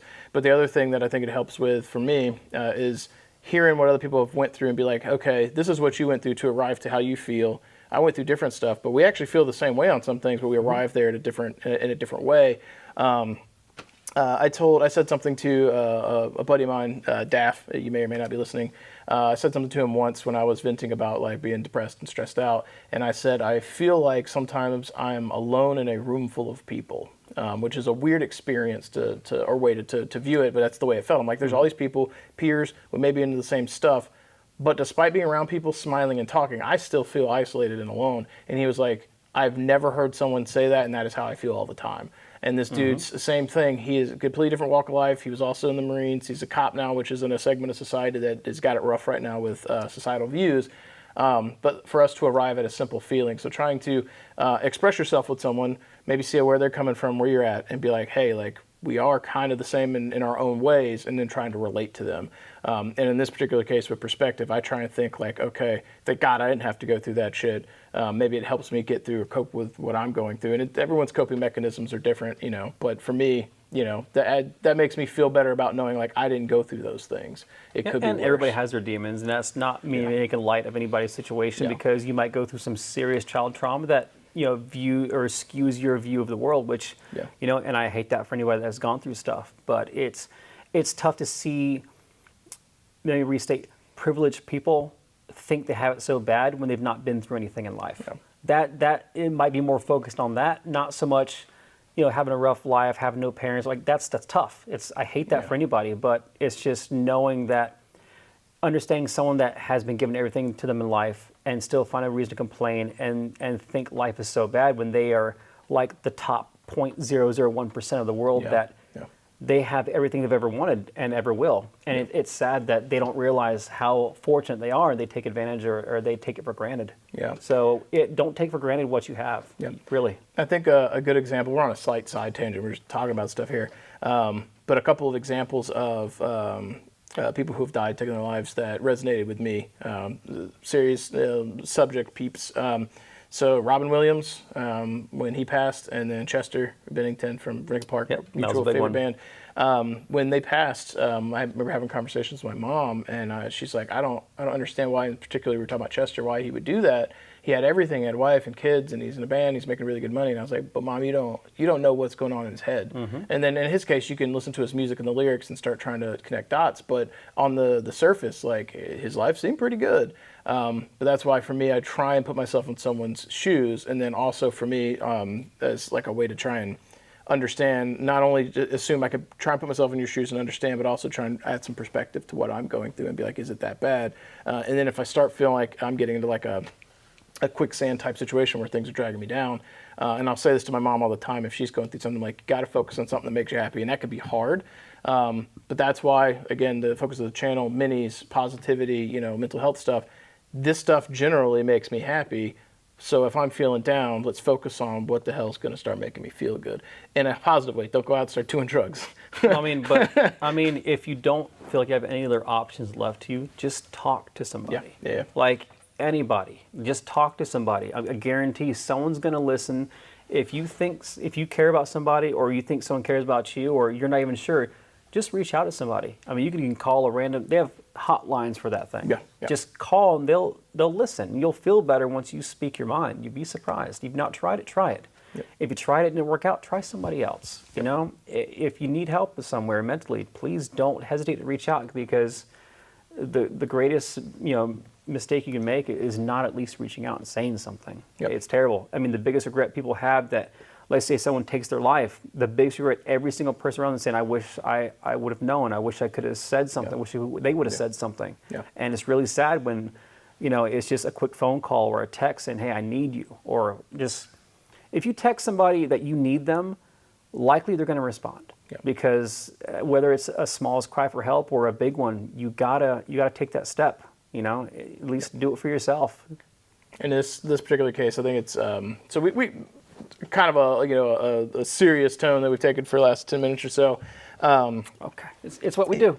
But I think that it's important to tackle that stuff. Hear, you know, things you've gone through and how your perspective on it. But it's also, you're in a demographic that it does have a high degree of self-harm, because I feel like, and this is just my impression of what I've heard from military people that I've spoke to, you kind of get beat in your head that you're like, you know, don't show weakness, be strong, be this, suck it up mentality, and then you get a bunch of guys that, like, they come out, integrating in society is hard because you don't have that camaraderie, your team, your backup, like, they're not there anymore. You're in a world that's dog-eat-dog world, or dog-eat-dog type situation, and then you're basically told to, like, be a man, grow up, suck it up, and then it's like, you get a lot of people that don't reach out, and where communication should be encouraged. So if anyone is to this part of the video and it seems like a downer, not trying to be, it's more just raising awareness. And there's plenty of organizations and stuff that do that. But in this case, I try and connect some mental health stuff with a positive hobby outlook, which I think is kind of where I was trying to go with our stuff. Yeah, so. and just positive outlook. And I've had my demons and issues and stuff, but I've learned to work with them and work through them. Yeah. And some people have more trouble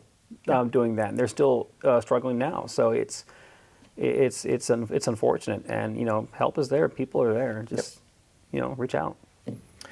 So, bringing it back to something hopefully more positive. So, how did your interest in gaming and hobbying change or evolve after turning home from the Marines? Well, I had a lot more free time. I had a interest in gaming, and shortly after I got back from my deployment, I moved up here, and then I bumped into you. So that really kind of segued into a lot of gaming, whether it's PC, console, tabletop, cards, dice. So it was really not, I wouldn't say the Wild West of gaming, but we really kind of dove in pretty deep. I mean, we got heavily invested into World of Warcraft. We got pretty competitive and serious on that. Yep. We definitely spent a lot of time on different avenues and really kind of took a pick of the litter. Yep. So from tabletop stuff, do you think if you had not happened to have walked to the Kit Kringle that day, do you think you ever would have found Warhammer, Star Wars minis, that stuff? I think I would have, but not at the time that I did. Okay. And I probably would have been as invested or as involved because it's hard to get into certain things like that by yourself. Like you walk into a hobby shop and you see like a pack of HeroClix hanging there.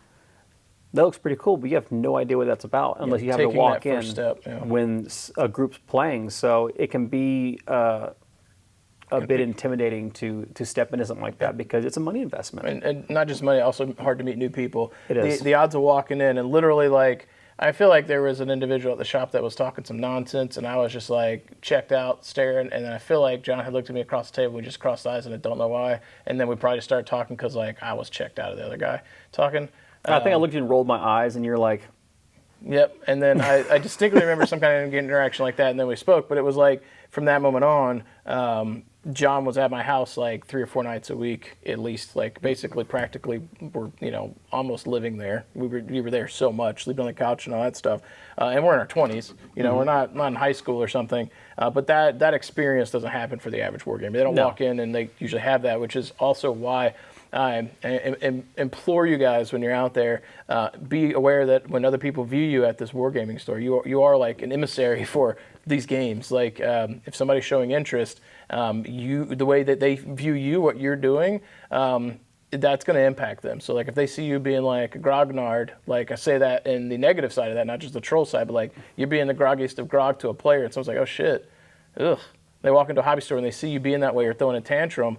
That might be off-putting for someone who's on the fence and maybe their first experience and then they're out. I can tell you at Kit Kringle, I've seen people almost come to blows, fist fights over games, which is just nonsense. And I've watched players throw minis, which is nonsense. Storm and it's out. Like, yep. And it's one of those, like, if you are a new player and that's your first experience, you might be like, this isn't the community for me, and which is unfortunate. It's their first experience. So, like, the story that we have with how we met is not one that everyone has. But if you're out there and you're in a hobby store, remember that, like, the way that you interact with someone, might be that positive push that pushes them over the edge into a new hobby, and you may not even realize it. But you could also be the one who pulls them away. So if you're playing a game and see someone watching from a distance, welcome them over. Ask them if they have seen it before. Like that might be a new player you can help show the game, and that could be your new best friend. You never know. Yep. So you didn't do any a whole lot of hobbying pre-military. You did some D&D stuff, but do you find that your time in military influenced your approach to wargaming and other hobbies? Like, do you feel like you approach it differently now than you did before, or would approach it now differently than you would? I think so.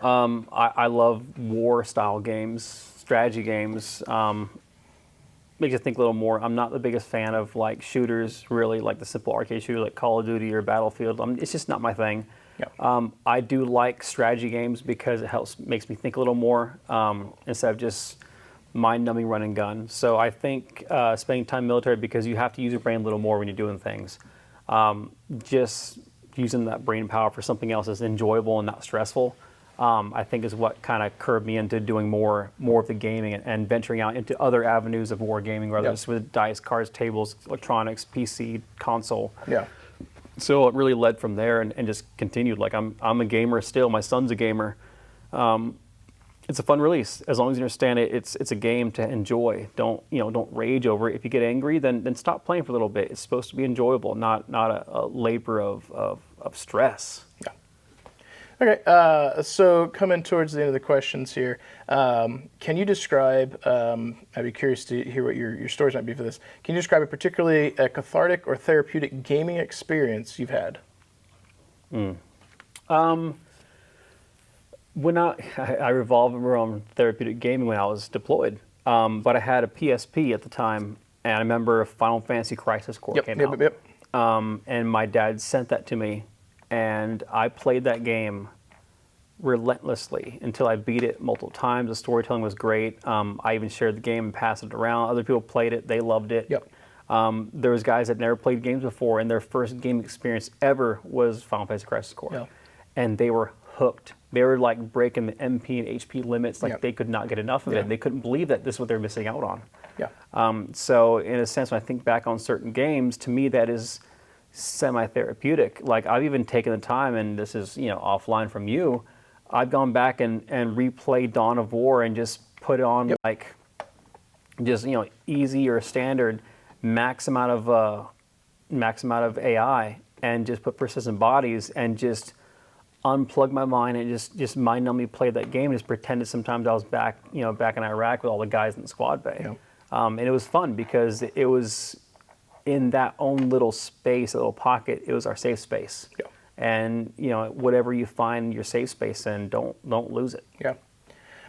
So for mine on this, just because I think this is interesting topic, I've had a few things occur. The first one I'll share is not necessarily healthy, I think, but it got me through some tough times. So right out of high school, I remember laying on the couch watching TV, and this is back when G4 Tech TV was a thing. I feel like they tried to bring it back recently. I don't know if it's still a thing, but this was like the golden years. They tried, but it didn't come back. So I remember seeing a commercial, or not commercial, like some kind of like documentary or show or something. They were talking about Star Wars, and it was Star Wars Galaxies. And I remember I was laying on the couch, and then I remember putting my hand up on the back, and then like putting a foot on the floor, and then like jumping over the back to go get on the computer. I distinctly remember that, and I turned it on, went to the website, and then I was done. So I played that game for a lot to an unhealthy way, like same way I did with WoW, because I got I had a lot of free time and committed a lot of time on there. But it was my escape from reality. So like the same reason why I got into wargaming is and maybe this might relate to you some, this is a world where like you have a lot of things going on, but then you feel like you don't have a lot of control. You don't know what's going to happen. So like I imagine for you, when you were deployed, you're talking about like, when you leave the wire, you don't know what's going to happen. You can't control that. But when you come back and you're stressed, need to decompress, you can play your Dawn of War. You have control of those units. You can tell them where to go. And then those decisions are things that you have active control over. So for me, when I lost myself in Star Wars Galaxies, and I've got some friends that I'm still friends with today. Actually, a lot of my friends, good friends, are people I've met offline. John's one of the few that I'm still friends with in person because I've not been able to forge those relationships as easily. But I had like a world within a world. Like this was my place. I had my own house. I can still remember my house in that game, where things were. I can almost still remember some of the storage containers and what was in them. And that game's been dead for years. Yeah, you got me into it actually. Yeah. So, and one of the coolest experiences I had, I would say the thing that's negative about it is that, you can view that you don't have a lot of control over reality and what's going on. So this is your space where you have control. That can be an unhealthy thing if it's unchecked and I played too much. When I got into Warhammer 40K, it was the same thing, but in a physical, artistic form, and I feel like it was more healthy expression of what I was going through. This is a Space Marine. I can control what's painting on him. I can control his fate on the battlefield. I can control his heraldry and his story, and that was much more healthy. But for the Star Wars, probably the coolest experience I had, I was playing in a roleplay guild I was running, and we were on an abandoned area on one of the planets. they used to have this Jedi temple with a bunch of stuff that you could do that they took out of the game, but the temple was still there. It was empty. No NPCs, it was empty. So my roleplay guild, we would go there, and we would roleplay out in public, typing, and we're having a little guild meeting or whatever. And I had this guy walk up, and you see someone else's name pop up in chat, and he addressed me by name and like called me out. But he did it in a roleplay way, and this dude was like, Master Stratius, blah, blah, blah, like, basically saying, come out here and fight me like a man kind of thing. And I was like, oh shit, what the hell's going on? So in that game, you can get bounties put on you, and this dude could have came in while I was typing and blasted me and interrupted everything and caught me off guard, which in all rights he should have. I mean, he's a bounty hunter, he's supposed to get paid. But he saw his role playing, and as a like awesome human being, he started to role play back in a video game, like where he was going to shoot me, waited for me to come outside of that building, and then started fighting me. And that was a super cool, surreal experience where like I connected with someone that I don't even know who it is. Couldn't tell you where, never connect again. But that's a fun story. Did he get you? No, I killed him. Nice. And I killed All right. him. I bowed to his body, and then I immediately walked back in, went down to the bottom of the temple, and continued the meeting with my guild. That's cool. It was very funny. I had another experience, similar thing that was really funny. I got into crafting a little bit, and I had vendors at the bottom of my house. And I saw this blue dot come up on the map real fast and then slow down. And that meant they got off their mount. And I was like, oh shit, someone might be coming to buy stuff from me. And I started talking to the guy, and they're like, hey, where are the vendors at? I was like, oh, they're on the bottom floor. Come down the elevator, turn right. He came down, elevator, turn right, fucking shot me. And he was a bounty hunter. Oh, man. And the way it worked in that game is if you started combat inside of a building instance, it would yank everyone to the front door and kick you outside, make you fight outside, because the game couldn't handle like fighting inside of a building. So that yanked me out of the building, and had I known it was a bounty hunter, I could have A, made my building private so no one could get in, or B, typed his name in real fast and banned him from accessing my property. But he said he was there to shop, and he came down there and fucking shot me and pulled me out. I'm pretty sure I killed him too, but it was very funny. So those are really like, you can't make those experiences up. Like it was cool. But maybe not necessarily cathartic, but sort of at Nova ran Battletech stuff for a couple of years, and I've had people that have gone to that, and basically I talked about at the beginning of this segment here, how what I'm doing is helpful for them. They appreciate my content. I've had people come up and be like, I used to be, like this was at Adepticon, I've had multiple people come up and say, I appreciate the vibe that you're putting out. I used to be in your Twitch streams, and I'm a nobody, but a handful of people have said that. And then at Nova, getting the feedback from people saying, like, this is a positive, fun experience, like, you're making this good for me. That makes me feel good because, like, again, you're in a realm where you feel like you don't have control, and I'm trying to, like, exert control over something and make something more positive, and then people are responding, and then I feel like I'm on the right direction. So, like, sometimes you can feel like you're wasting your time in a hobby, and I think we all go through that. But then when those experiences happen, I feel like, oh, I'm doing something right. Like I've connected with someone and made their day better or their gaming experience better, and it makes me feel like what I'm doing has got some merit to it. These questions are mostly for you, but I want to share those because I thought that was a good open discussion forum. Okay, so this is a good one for today. So we've talked about a lot of the past, how you kind of got into wargaming, but what are you currently doing right now? How do you use wargaming and hobbying as a form of relaxation and stress relief today? So these sessions where I come out and I film, battle reports with you, and even talking like this, this is a little escape from reality for me. I can come in here, feel safe, roll some dice, have some fun, have some banter, some appropriate, some inappropriate. It's a fun release, and I think you might find some of the same releases in things like this. That's one thing I do. When I work, I get home and sometimes I'll decompress by I'll go to my computer and I'll play a casual game, or I'll play a shooter, or I'll play a casual world building game, or just something simple without naming games. But I find gaming as a way to decompress and just get home from work and just unplug for a little bit, kind of let my mind reset, let my body relax a little bit. It's no different than when you get home and you just turn the car off and just sit in your driveway for 15 minutes and just have a moment to yourself. Some people, take a shower and just have a moment in there too. Some do both. I've done the same thing. I've gotten home and sat in the driveway for 15, 20 minutes and just sit there in silence and just relax and just turn my brain off for a minute. And then go inside, take a shower, and just stand under the hot water and just do the same thing for 5 or 10 minutes. it's just whatever helps you mentally reset, because that is a part of treating mental health too.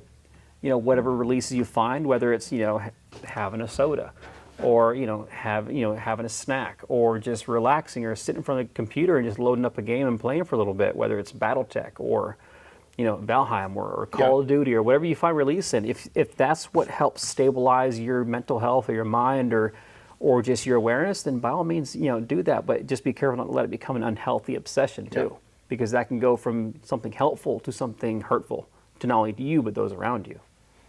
So this next one, I have some ideas on too. I'd be curious if yours are similar. So what are some ways painting and assembling miniatures specifically help you relax and give you a sense of accomplishment? It's just finding that little focus to whether it's assembling minis, because for Battletech they come pre-assembled. But for other games like Warhammer 40K or Star Wars Legion or other games like that, you have to get the piece, you have to cut them off the sprues, you have to get glue and assemble them, and then prime them, put some paint on them, and then paint them in colors you want. And it's like you're mentally thinking these little stories, these people, and it's fun because, as Justin would say, it helps you shape the narrative. And it's fun because if you've not done it before, after you paint a model, you spend, let's say, I'm sure, I know you've done this before. You've spent it's relative. Hours upon hours on a single model. Whether spent hours on one part on a model. Whether it's that, or even just at your pace, you spend half an hour on something, and once you're complete and you set it down, there's a little bit of satisfaction. Like, man, I did that. There's only one of that like that in the world, because it's my own way of doing it. And then doing that in a quantity, and then having that to take somewhere and play a game and present on the table, like, getting some models and just enjoying, these are a couple of mine. I'm like, all right, cool. I did these. Boom. That's my stuff. And it's a sense of pride that whether you have a bad game or a good game, you roll some dice and they shoot really well or they shoot poorly. Either way, that's your piece. And if you go to a tournament or any kind of public setting where people are playing games, some of the coolest things walking in there just looking at different pieces. Like, for Southern Assault here in North Carolina, some of the coolest things is during lunch break, people put their pieces, their armies on the table, and they present them, and you just walk around and look at cool things, and whether it's like a unique little customization someone did, or just a paint scheme, or how they did paints, or jeweling on a cockpit, and it gives you ideas how to shape and mold your own thing. So it's really cool to see different ideas come together on a piece that, this is a mass-produced piece, but there's so many different paint schemes and variations, and I could say, I'm going to paint it this style, and you paint the same army, it's going to come out looking different. And it's cool because, to me, that's therapeutic, because you spend so much focus and time on something that might seem insignificant to, Joe Schmo at the grocery store, but that's something you have a little bit of pride in, because you put some mental focus and awareness and skill, and it takes skill to do things like that. So it's a little sense of pride because,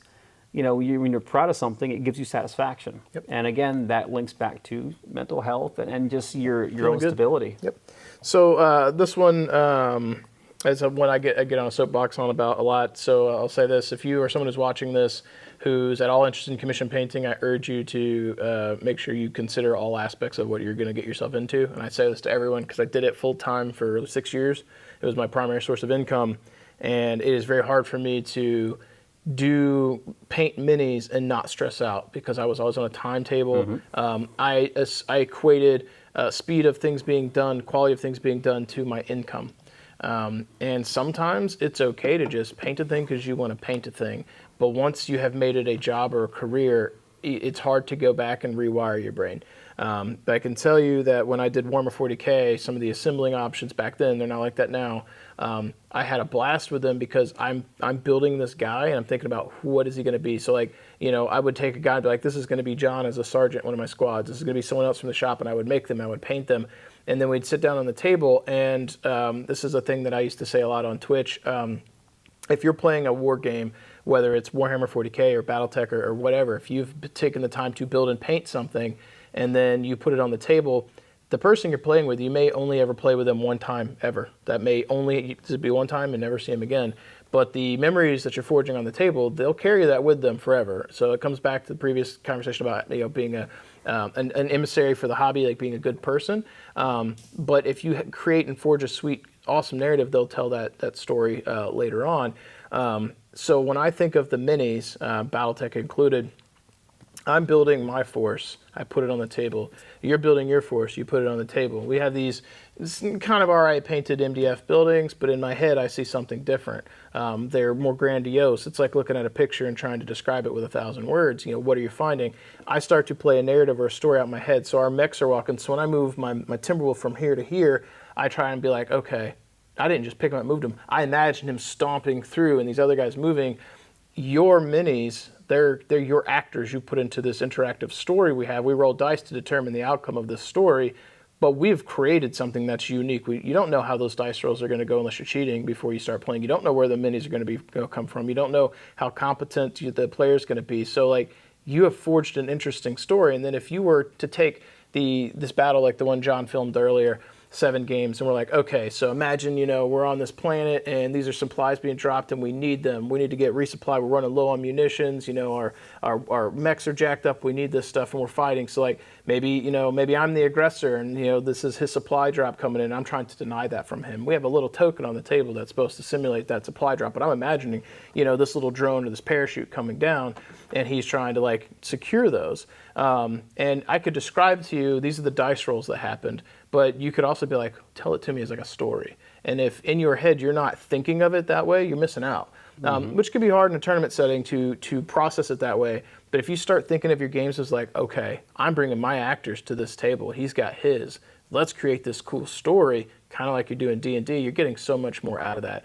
And one example of where I've done this, I played with, you've played with him a bunch too, James at the local shop. Yeah.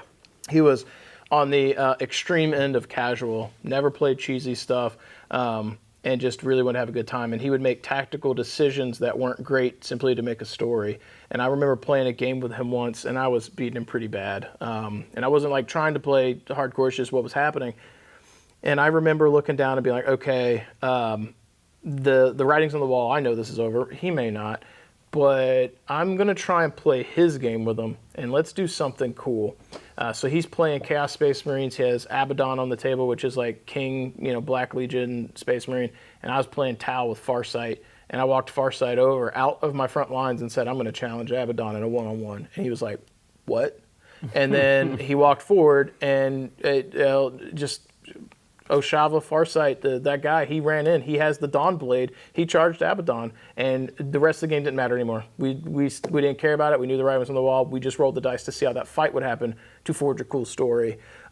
So when you play games and even in tournaments, for me, if you and an opponent want to forge a cool narrative, you can make decisions, talk about it ahead of time, or just be that cool casual guy where if someone's like, oh man, I forgot to move a piece, or this guy's slightly out, you can, nudge the guy. I've done that. Like, dude's like, oh man, it looks a little out, and I just tap it. I'm like, nah, he's in. Shoot, let's go. Because we're both there to have a good experience. And if you get so bogged down that you're worried about the W's and the losses, that you forget that there's another person on the other side of the table there, you're missing out. So throw a game, have some fun, do something crazy. Yeah, like if you know you're going to win the match, then try and do something wild that they'll always remember. Yeah. When I do that with someone, typically, because you don't want to patronize them, because if there's somebody that's very competitive, like I had 2 years ago at Southern Assault, I saw a guy, he was going through you see the gears turning in his head, he was processing how the match was going, and I was like, hey, pretty sure I see what you're doing. I think you're thinking this. I think you saw that, and this is about to happen, and this is what we're going to do. And then he looks at me, and he's like, you're right. And I was like, I'm happy to play with you. You paid to be here. If you want to roll dice, let's do that. But I don't want to run the score up on you for the sake of running it up unless the actual act of playing it to fruition is fun for you. And in Bobby's event, this was at Southern Assault, you get more points if you run to the end, but it wasn't worth it to me to just jack up the score on this guy just to get the score higher for my rankings. I wasn't there for that. That's not fun for me. I said, so do you want to roll dice and do this? Because you paid to be here, and I will roll dice with you, and we'll blow stuff up, even though we know where the game's going. Or we can call it here, write down the score as the game state is now, and I'll bullshit with you for 45 minutes, and we can just talk shop about everything. And then he took a minute, he looked around, he goes, you want to just bullshit for 45 minutes? I said, that's cool. I pulled up a chair, and we sat down and talked for almost an hour. That was probably a much better my time was much more better spent that way than it was just trying to run up the score. It wasn't worth it. And I think that's why at Bobby's event, even when I lose games or don't have the perfect record, I still place in the top portion because like I play well, make good decisions, and then I don't run up the score on people to place higher, but I'm still doing all right. Like I feel good about it. And then a lot of times I'll try and find micro goals during the match to help coach someone if they're new or they missed something. I'm like, hey, did you see that? Like I played Carrie Jo, doesn't need my coach, and she's good at the game. But we were playing, and I was losing, and she passed turn. I said, I can't in good conscience let you pass turn when you didn't finish doing all your or attack with all your models. And she's like, oh, really? What did I miss? And I said, that guy right there didn't shoot. And she goes, sure enough, you're right. And I was like, make shots. Like I'm not going to try and win a game because you missed something like that. Like it wasn't like you made a tactical error. That was like there was no reason you wouldn't have done that. Like that. It's like when I used to play Magic, people trying to say, well, you didn't untap before you drew. You don't get to untap. Dude, get out of here, man. Like people used to try that stuff. Yeah. Anyway, so slightly side tangent. Be the hobby gamer that you would want to play with. Yep. So how important is the social aspect of wargaming to your overall mental health and well-being? How do you feel? I think it's the whole point. Yep. Without the point of that social interaction, like you don't socialize to make enemies. I mean, the whole point is to have fun with somebody else. Yep. That's why you talk about the tournament setting for Southern Assault's a good example. Yep. You know, I was playing a match with someone and I could tell, like, you know, I had the edge. I was going to win. They knew. Yep. And I was like, hey, you know, let's not focus on the final result. Let's have some fun rolling some dice. Let's do some crazy stuff. Yep. He's like, what do you mean? I'm like, how about you know what? That's my hill. I want that hill. You like that hill? He goes, yeah, I like the hill. I'm like, I'll fight you for it. So, you know, we just kind of threw one of the scenarios out the window and just went and fought for a hill. Yeah. Even though, like, I already had the points, the objectives, so we just kind of had fun with it and just blew up some plastic. Yeah. To me, that's the social interaction that some people, I think, lack. Yeah. You might throw a match, like you said, and just, you know, say, screw it, let's just talk for 4 or 5 minutes, and you might end up having a great friend from that. Yeah. And to me, that's the whole point of, you know, social gaming and interactions is to make those connections, not to be standoffish and aggressive. And it can be hard because some people, there is a stigma or a stereotype of some nerd gamers struggling to be social and having social awkwardness. I have that too. I'm fine with John because I know him. But if you put me in a room with people I don't know, I may or may not do well, especially if it's an environment I'm not comfortable with. But just trying, you never know. That person who's not talking, who's a little bit shy, the gaming hall, like they might want to actually talk to you, but they don't know how. And if you feel the same way, then neither one of you communicating. I will say this. When you're playing a game and where it's like we were discussing, you know, finding things we can do if the writing's on the wall, make sure the other person's having a good time. On the flip side of that, I am also a player where if I have determined what I feel like is going to be the outcome of the game, and I had this happen with Matt LeBaron. What's up, Matt? He listens to a lot of my stuff, I think, or watches it, I'm pretty sure. So this is a big shout out for him. We played a game a year or two ago at Southern Assault, and I made the best decisions possible. This is a quote I like. Star Trek and Jean-Luc Picard said once, paraphrasing, it's entirely possible to make no mistakes and still fail, or excuse me, still lose. That's not failure, that's just life. So sometimes when you play a war game or do anything with a strategy, there is a percentage chance of success. You make the best decisions possible with the information that you have, and you got to see what happens. So when I played with him in the scenario we had, I calculated in my head what was probably going to be like, give me the 60-70% chance at winning if these things fall this way. I threw it, knowing there's still a percent chance it fails, but you still have to take those risks. It failed. He got the edge. I went through the math, and I was like, hey man, like I think I'm gonna call it. I think you got it. And then he goes, nah, man, I think you can play it out. You could probably do it. And I was like, I think this, and this probably happened. You kill that. You get this score by the end of the game. You get max points, and I get 0. He went through the whole thing, and he was like, all right, I got you. Like I followed. Like he saw, like I connected the dots. He saw where it was going. But then I said, but you paid to be here. I don't want to concede and you not be able to roll dice and play the game if you don't want to, or not be able to play a game if you want to. I will play it out, but I think this is what's going to happen. You tell me what you want. So like, be aware that if you're going to like call a game or concede to someone, that they're also there to have a good gaming experience too. And if you're able to talk through, like, I think I'm going to lose because X, Y, and Z.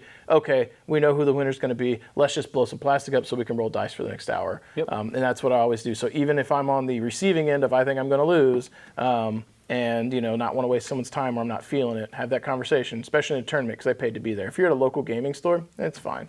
If you're not feeling it, pick it up. But knowing that someone at Southern Salt probably paid like $50 to be there playing, and you're one of their 6 games for the 2 days, you'd be doing them a disservice if you don't offer to at least finish. So be aware of how you connect. So we're coming down to the last couple of questions here. So whole focus of this been on learn about you, mental health, military stuff, because I think it's a really good connection to make so people out there can look and be like, hey, that guy, he looks cool. He doesn't look like someone with game. We have similar interests, similar things we get through. I think that's important.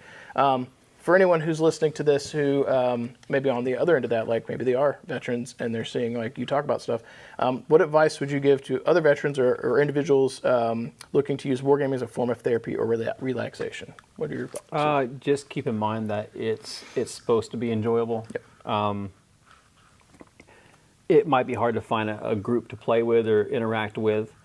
There's a lot of avenues for it, whether it's physical in person or online. There's even the tabletop simulator. Yep. Mm-hmm. But just finding connections can be tough, and I totally get it. You might feel alienated or by yourself or alone. It's important not to think that way all the time. It's just wargaming. It's no different than console gaming. Yep. Or pickup basketball. You're doing it for the purpose of social interaction, whether you realize it or not. It's not meant to be a solo game. It's meant to be done with people, around people, for enjoyment. If you don't find enjoyment in it, maybe take a little bit of a break. Try something different. Yep. If you just continuously don't enjoy it, maybe it's the way you're looking at it. Maybe you're trying to find something you're trying to find release through stress. Well, try to find a way to enjoy it more. Whether it's if it's a game you don't like, try a different game. I tell my son, he gets upset sometimes when he plays Fortnite. He's 10. He gets a little worked up. He gets upset because he gets competitive and he gets angry. I'm like, hey, if you're getting angry playing a game, you're missing the point. Yeah. It's supposed to be enjoyable. I understand being competitive. Competitive is great. It's great for a drive, for a self-motivation. It's awesome. Yeah. Being competitive is healthy. But being overly competitive and obsessive to the point to where it angers you and frustrates you to the point where you want to throw a controller or kick something, that's where it becomes unhealthy. Yep. So gaming is a great avenue for stress relief. It's important to be used that way. Just keep in mind that that's what it's meant to be, not a way to anger and rage. Try and find some release in it.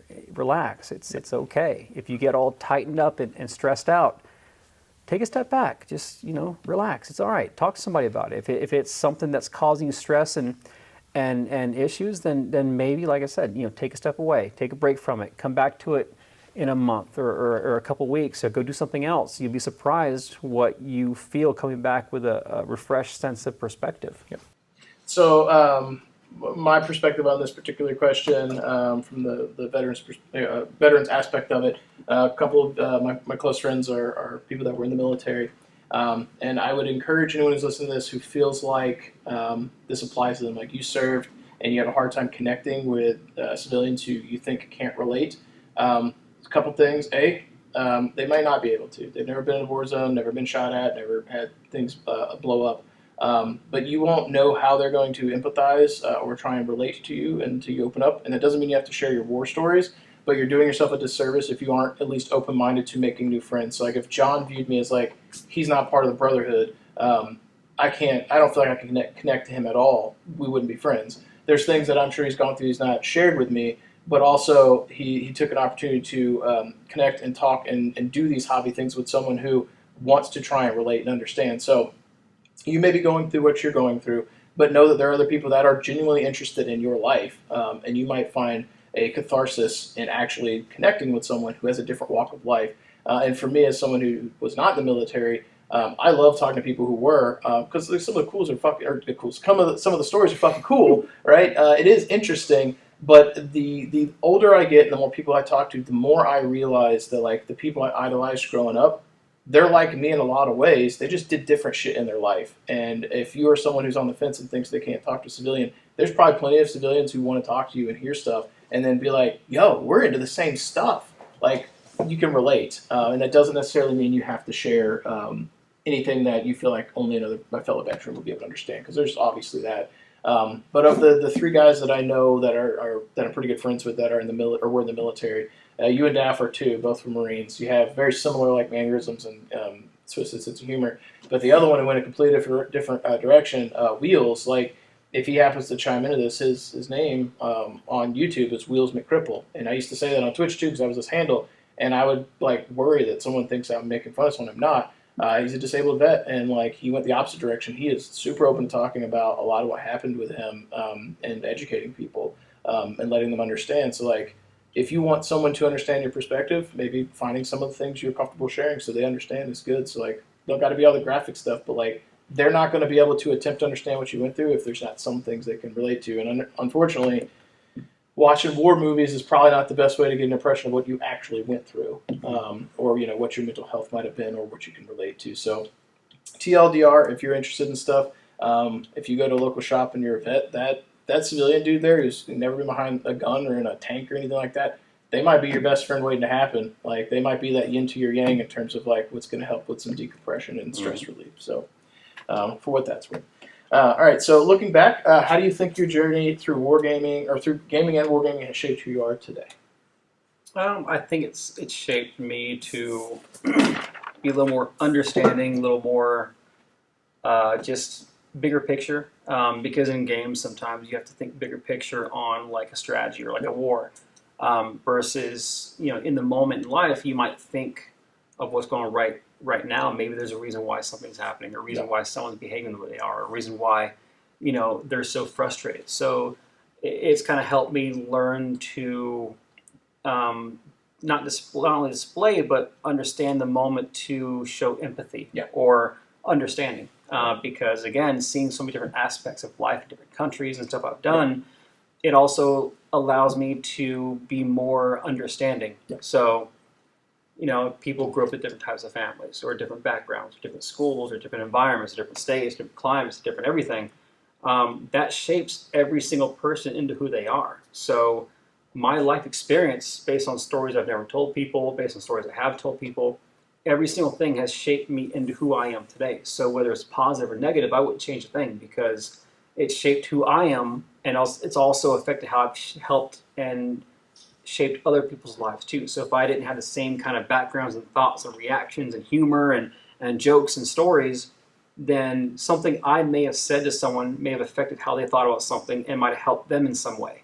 So it's all about taking your personal victories and tragedies and struggles and relieves and ways to get through things. Sharing those experiences in life may help someone next to you get through theirs. So I think that's an important thing to keep in mind, that holding on to a struggle you've been through, maybe sharing that struggle will help someone get through theirs and also help you cope with yours too. Yeah, the thing that resonates with that for me, I heard once, I forget what podcaster I was listening to, was talking about why they read autobiographies. And I was like, that seems boring as shit, like, unless it's something I really want to read about.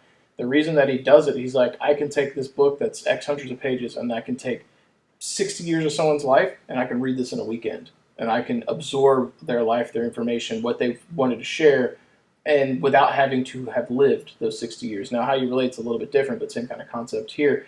If I was to be like, hey, John, you want to talk about some stories from when you were in the sandbox? And you're like, yeah, sure. And you give me a 20-minute story. That 20-minute story might have encompassed like weeks of his life there. And we got it boiled down to one thing. And I was able to benefit from some experience you had that I didn't have to go through. And you were able to articulate it in, 5 minutes, 10 minutes, whatever. Kind of like when you listen to someone who's like been to prison and they're like, this was my experience. I was on death row and I got exonerated, blah, blah. It's like they could take 20 years of being, in jail and give you a 55-minute an hour documentary, and you get to experience some of what they've talked about without having to do it in a very, bite-sized thing. So I think it's really interesting being able to share a piece of yourself with someone else, and it doesn't take a lifetime to share that. I like that, because those biographies and those memoirs, it helps give you perspective they picked up in life that you may not be able to experience. So if you read a memoir of someone that was, deployed, or someone that was in World War II or Desert Storm, or anything in Iraq, reading what they've been through might help you learn to cope with certain things, and also gives you perspective on little pieces of what's out there outside of your county or state or country. So, last question. What are your hopes for the future of your hobby time or hobbying, and how do you see it continue to influence your life? I hope to continue hobbying until my last days. I enjoy it because I find release. I find stress relief in it. I think it's fun to interact with people. You, the number of connections you make in hobbying where you may be small, but they do add up.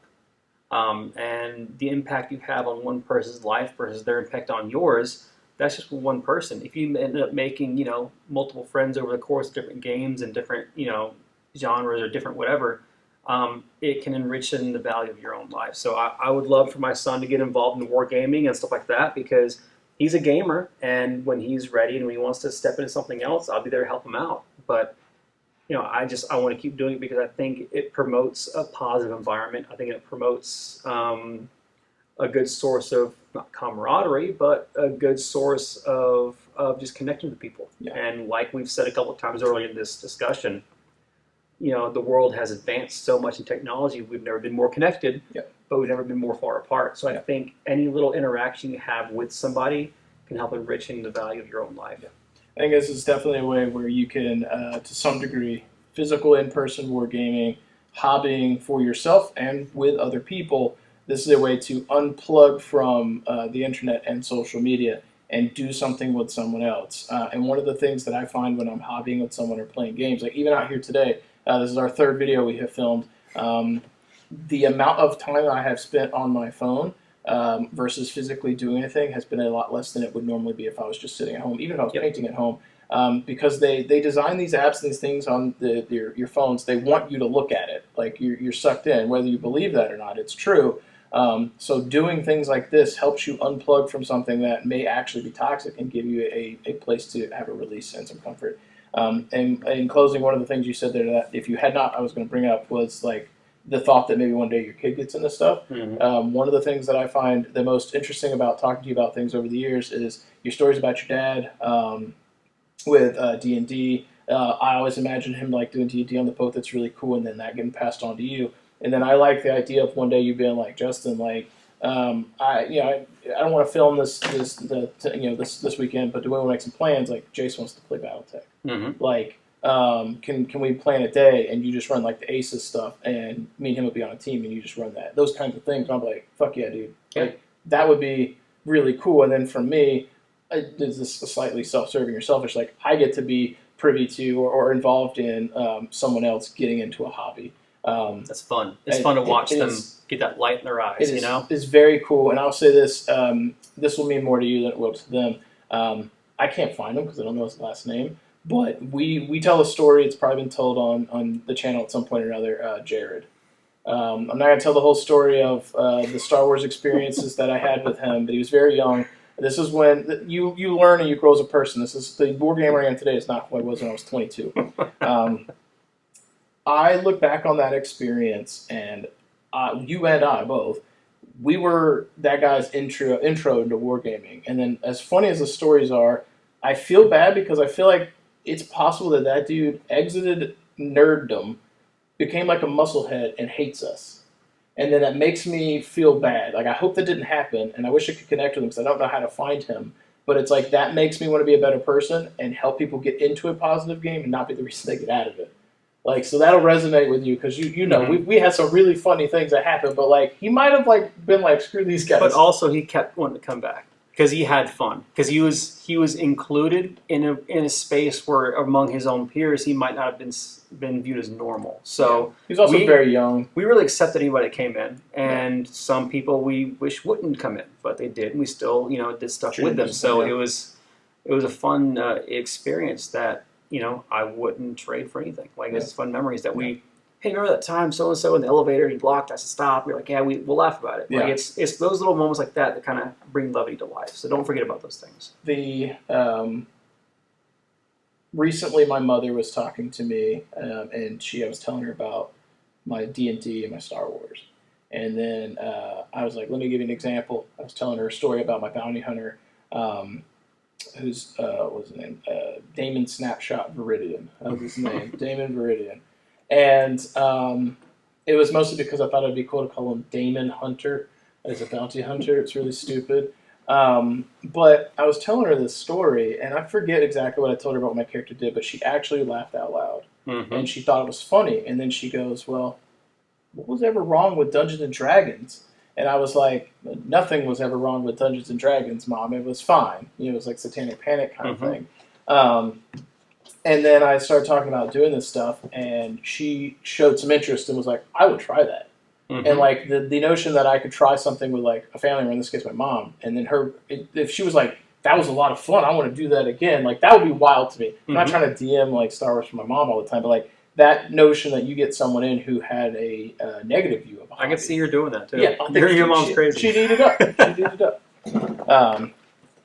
That said, I think it's brought us to, we've gone through all the questions, and I can totally see that our receiver for the audio is no longer picking up, which means that when you guys are hearing this, you're going to be hearing our backup audio, which sounds like crap. But you guys can still hear it. So sorry about that. I did charge it before, but that thing, it was almost full, and it's now dead. That said, if you guys enjoyed this talk, please sound off in the comments below. If you'd like to see more, let us know. If you'd like to hear us ramble about some other topics, that would be good too. I'm going to try and get a few other people on if I can, but I'll probably just come up with some prompts and try and sprinkle these in with John as he's available, so we can have some different topics to talk about that you guys can probably throw on while you're painting. I imagine this was probably like 2 hours. Oh boy. I don't know. Like, let's look at the clock real quick. Yeah. Yep, probably at least 2 hours. So once edited down, probably a long one. May or may not be entertaining for you guys, but hopefully you get something out of it. That said, hopefully you guys enjoyed hanging out and listening to me crush John and get his perspective on hobbying and life. And as always, keep painting your models, keep rolling your dice, and we will catch you guys next time. Bye. If you made it this far, you're probably a viewer that already hits that like button when you see a video come up. You're probably already a subscriber, and you probably jump into the comments down below to help support the channel, to help support that algorithm. But if you're looking for some other ways to help support the channel too, make sure you check the description down below. Maybe you want to pick up some paints from Monument Hobbies. That's my paint of choice. The Pro Acrylic line is chef's kiss, good stuff. Maybe you want to check out some of the offerings from Death Designs, where I work in my day job. We got plenty of 3D printed products, as well as MDF terrain, some of the stuff that I have designed myself and we play with here on the channel. And if you're looking to bolster your Battletech ranks, miniatures, and offerings, make sure you check out Bobby from Fortress Miniatures and Games. He's one of the main supporters of the channel as well, and supporting any of these companies helps support what I do and helps to ensure that I can continue to bring content to all of you. If you want to become a super supporter, I highly recommend you guys check out the Patreon. You guys give that extra little edge to help push more content out, and I really do appreciate that. And my ultimate goal on the channel is to continue to be able to not only put out the content we have now, but to get to a point where you can put out more content later, whether that be battle reports or painting tutorials or just more rambles, anything at all. I'd like to be doing more content for you. This is something that I enjoy. I like being able to cast a light into the darkness to bring a little bit of hobby positivity to all of you and make you feel good, and also enjoy playing games myself. As we do the final sign off here though, I do want to go ahead and switch on over and do the scroll of awesome to showcase all the Patreon supporters, the super supporters of the channel, to give them some recognition for helping support what I do. Thank you guys so much, and I will catch you guys next time.